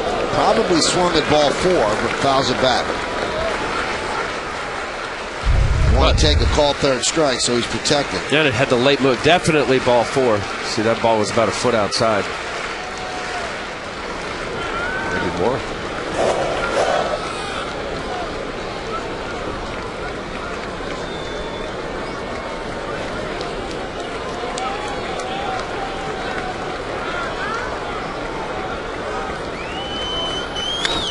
There's a base hit. So the winning run is on for the Yankees. And now let the fun begin. Does Jeter bunt? Does he give Gardner a chance to steal second? Such an advantage for Brett Gardner when you run the way you do. You know if you get a 3-2 count, they just want to throw a strike. And you assume it's going to be a fastball. He does a nice job of just staying on it, driving it right back up the middle. And you're right, Michael. Now the wheels start turning. Do you turn them loose right away, first or second pitch? You give Derek Jeter the opportunity to lay down a bunt. I say the way Brett Gardner runs, give him a pitch or two to try to steal a base and let Derek swing the bat. Absolutely. Even though Barajas 35%, runners were caught stealing. Gardner has that kind of speed. Jeter is 0 for 2 with 2 walks and a run scored tonight. He's hit .379 against Toronto this year. One Yankee of note has not gotten a pie, and that's the Yankee captain. Can he get the big hit here if he's driving a run, and would he get hit with a pie? Why wouldn't he?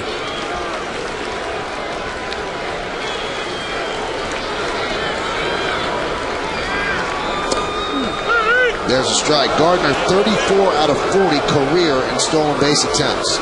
Derek not happy with that call by home plate umpire Greg Gibson. Looked like it was a little inside. I mentioned earlier, he's been a pitcher's umpire tonight.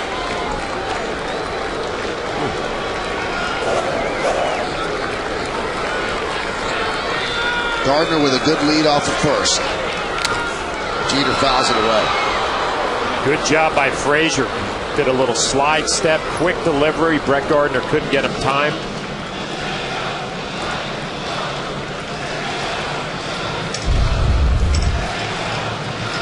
Real slide step, quick delivery. Brett Gardner caught on his heels a little bit.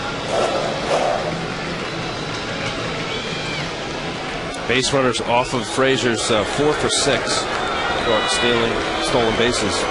2 caught stealing.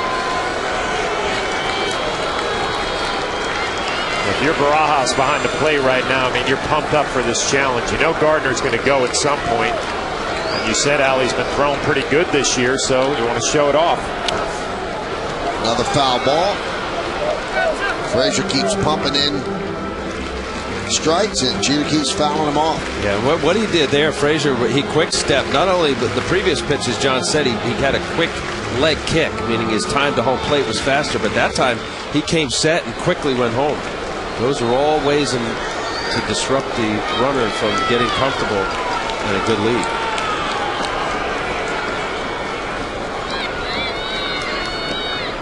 Encarnacion deep at third. Gardner goes. Pitches low. Throw to second. He's in there. So now the winning run is at second base. Well, he picked the perfect pitch to run on. It was a slider and it was down. Barajas actually does a good job of backhanding it and getting a strong throw off, but Brett Gardner just too fast. Stolen base number 22. I mean, that's a nice play, just to backhand pick and deliver a strong throw. You can't get the speedy Brett Gardner. Well, let's check the outfielder's arms. Actually, 3 good arms in the outfield. Bautista's showing a gun in right. Vernon Wells, outstanding arm in center. Snyder, a pretty good arm out in left. Gardner's 22nd stolen base of the season. Count is 1-2 on Jeter.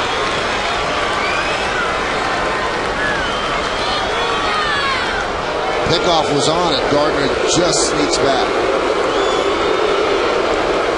Design play before it even happens. See Scudero cutting in. It's usually a daylight play, or a pitcher will give a signal to the shortstop just to keep him close, mostly more than anything else, so that Gardner doesn't get a big secondary lead. Derek Jeter loving this. Frazier paying attention to the runner at second. Derek might get a mistake pitch here to drive. The 1-2. Low at Fenway Park. The Angels lead the Red Sox 7-6, but there's a runner at third with 2 outs in the bottom of the 8th inning. Darren Oliver on the mound.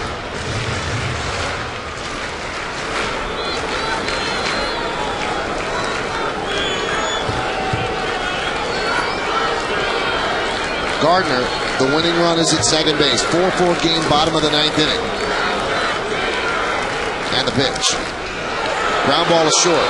Scudero over to first, and Gardner moves to third.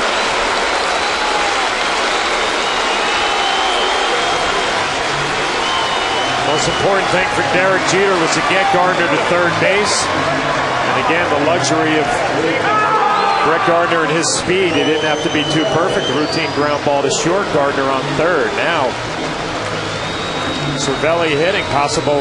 Possibility of a suicide squeeze at some point. Yankees are kind of landlocked with what to do with Cervelli, and the first time they are somewhat hindered by the suspension of Posada. There are no other catchers on the team. Posada is serving the first game of his 3-game suspension, so Cervelli has to hit. Molina's already been in the game. Infield is in. Outfield way in.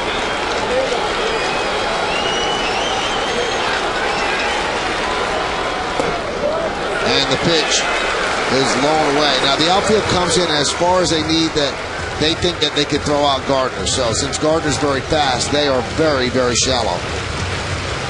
Big spot for Cervelli. You know, his adrenaline's got to be pumping. You got to remind yourself the pitcher's in trouble. Try to be as patient as you can be. Make sure you swing at a good pitch. 333 with runners in scoring position this year, 7 RBIs. The 1-0. Foul back. That was a pitch right there Cervelli would like to have back. That pitch middle high, out over the plate. Nice pitch to be able to get a fly ball out of it. Just a little bit of late. Pulled off of it slightly. Any ball up in the zone is a fly ball, medium fly ball. With Gardner's speed, that's a run score, game win. Cervelli did such a nice job earlier in the year coming up with the September call-up. Hasn't gotten a lot of playing time. The Yankees have a lot of confidence in his ability. 1 ball, 1 strike, 1 out. Number 11, double ones, is at third base. That's Brett Gardner. And the rookie Francisco Cervelli is at the plate.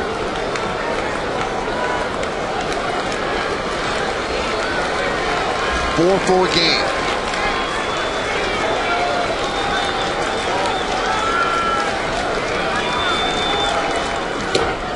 Good breaking ball on the count, 1-2.